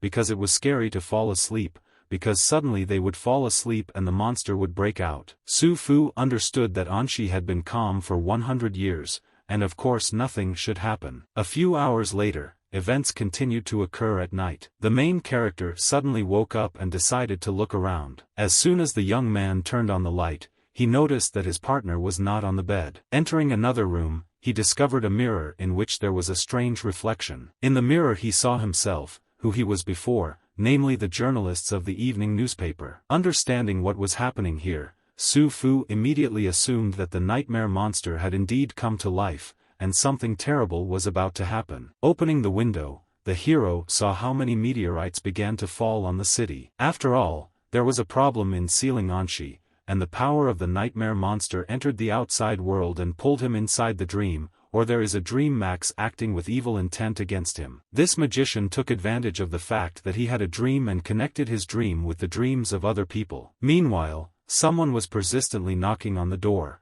as if he wanted to get inside the room. Unexpectedly, the door was knocked down, and an unknown entity burst into it, which was very determined. Looking at this creature, Su Fu realized that in front of him at the moment there was a zombie who was about to attack him. The embittered scoundrel opened his mouth and began to attack, intending to bite the innocent hero. Using his skills, the guy was still able to dodge the bite. But looking at his hand, he noticed that he was injured. Then Su Fu realized that his physical condition had returned to what it was in his previous life. Be it strength, speed, even combat skill, it was all forgotten. His current state is comparable to what is called picking up a pencil, forgetting the letters, and he doesn't know where to start, and simply forgot what he used to own, as if he was turned off by a switch. Now all that is needed is to force the switch to rotate back to its original position. There is no need to delay this, and you need to do everything possible to do it in one go. Concentrating his power, Su Fu began to act, and slowly regained the skills that he had previously mastered. Now his current state is the same as when he finally remembered how to spell a word he forgot the spelling of,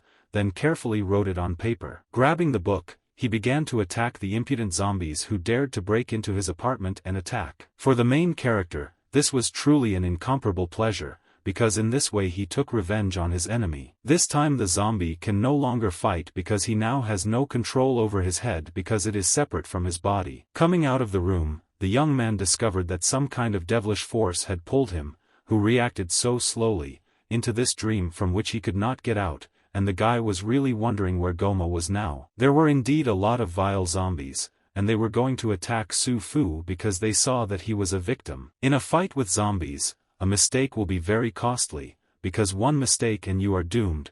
If they get into your eyes or mouth, you can immediately become one of them. Thus, Su Fu must find a way to wake up at all costs, and the easiest option is to kill in his sleep the one who sees this dream. However, in this situation, the nightmare monster himself is most likely worthy of death. The entire city and the surrounding buildings were destroyed, and only zombies walked around the city in search of a victim. Right now, the most important thing for the young man was to find a way to take the initiative into his own hands. Entering one of the supermarkets, he began to look for food in order to survive in this world as long as possible. Looking at the food, he saw that some things had just been discovered, and it seemed that if he wanted to understand what was happening, then he needed to find survivors. Seeing the zombie, the hero realized that he would need to attack now, which is why he grabbed his axe. Suddenly, someone nearby came closer to him and told him not to stick his head out into the street, because it was very dangerous there. The mysterious stranger suggested that first you need to wait for the zombies to come closer. Watching this guy, Su Fu realized that he had super strength. Feeling the presence of a Superman,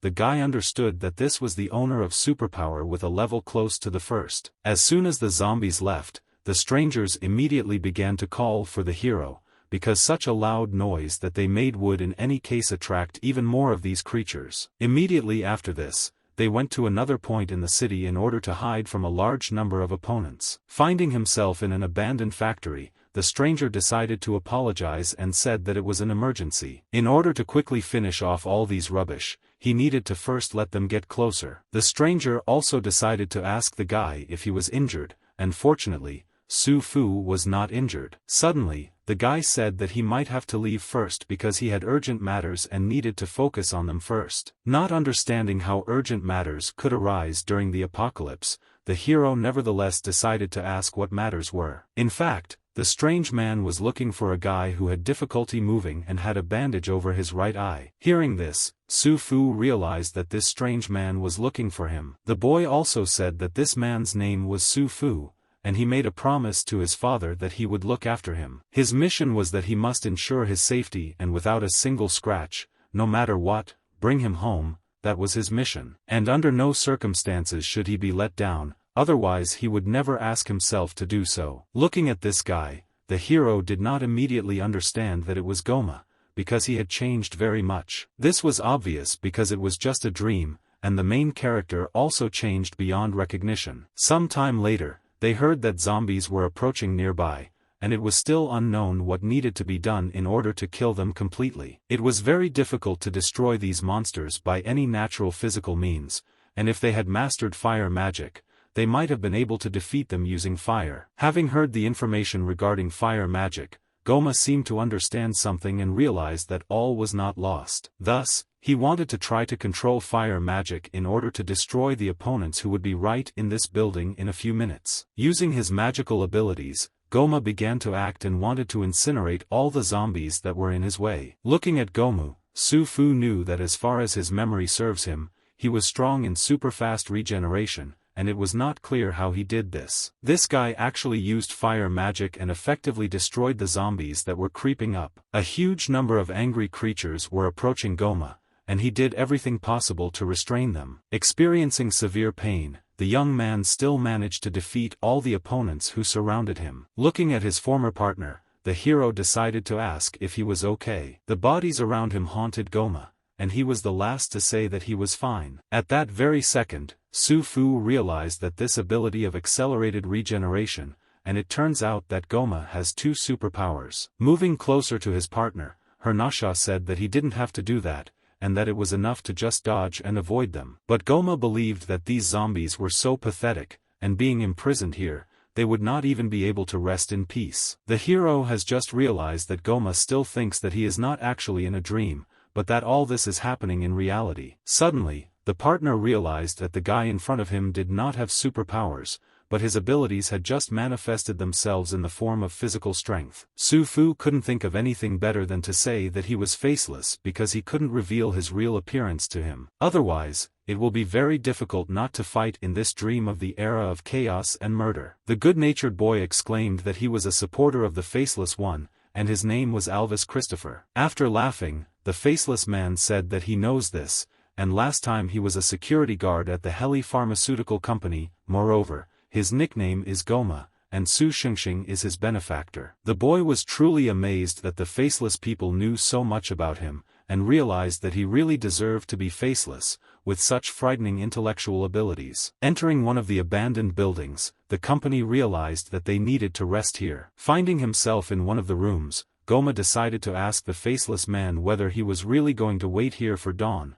because he didn't have that much time to rest, and he still had to find Su Fu. Suddenly, the young man said that there was actually no dawn here. In the era of hellish catastrophe, there is no waiting for the sun to rise, there is only a dark night and the moon, and this is not because the earth has stopped rotating, and certainly not because the sun has disappeared or the sky has been covered with a shell, it's just dark, and that's it, for no reason. Thus, the Faceless One agreed to help in finding one person, but only if Goma listens to him.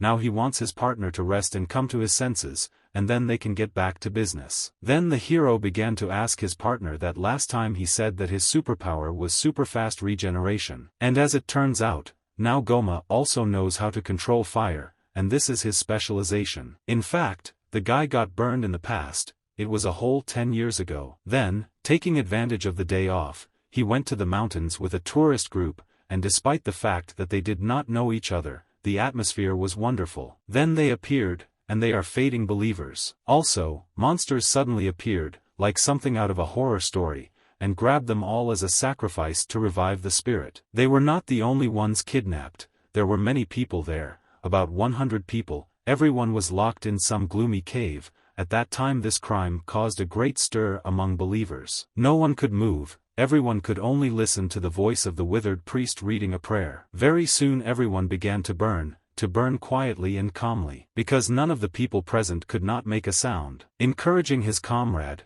the Faceless One said that everything was in the past, and he should not worry about it. At that moment, Goma also caught fire, and the fire engulfed his entire body. Hearing this, the young man assumed that in such a situation his superpower awakened. It was indeed true, his superpower awakened, but it was not a blessing, but a curse. Because his power was out of control and he simply couldn't control it anymore. Now Goma will never be able to forget how he was a sacrifice offering afterwards. Every time he remembers the feeling of fire crawling through his body, his superpower reacted to his imagination, drawing the flames from his memories, and it actually burned his skin. The more he was afraid, the stronger the flame burned. He tried his best to forget the flame, but it was useless. The flame from his imagination, on the contrary, became more and more clear and caused him even more pain. After this, Goma became even more confused. Days and nights turned into a closed circle without end or edge. This is why superpower sometimes rebels against its own master. Still,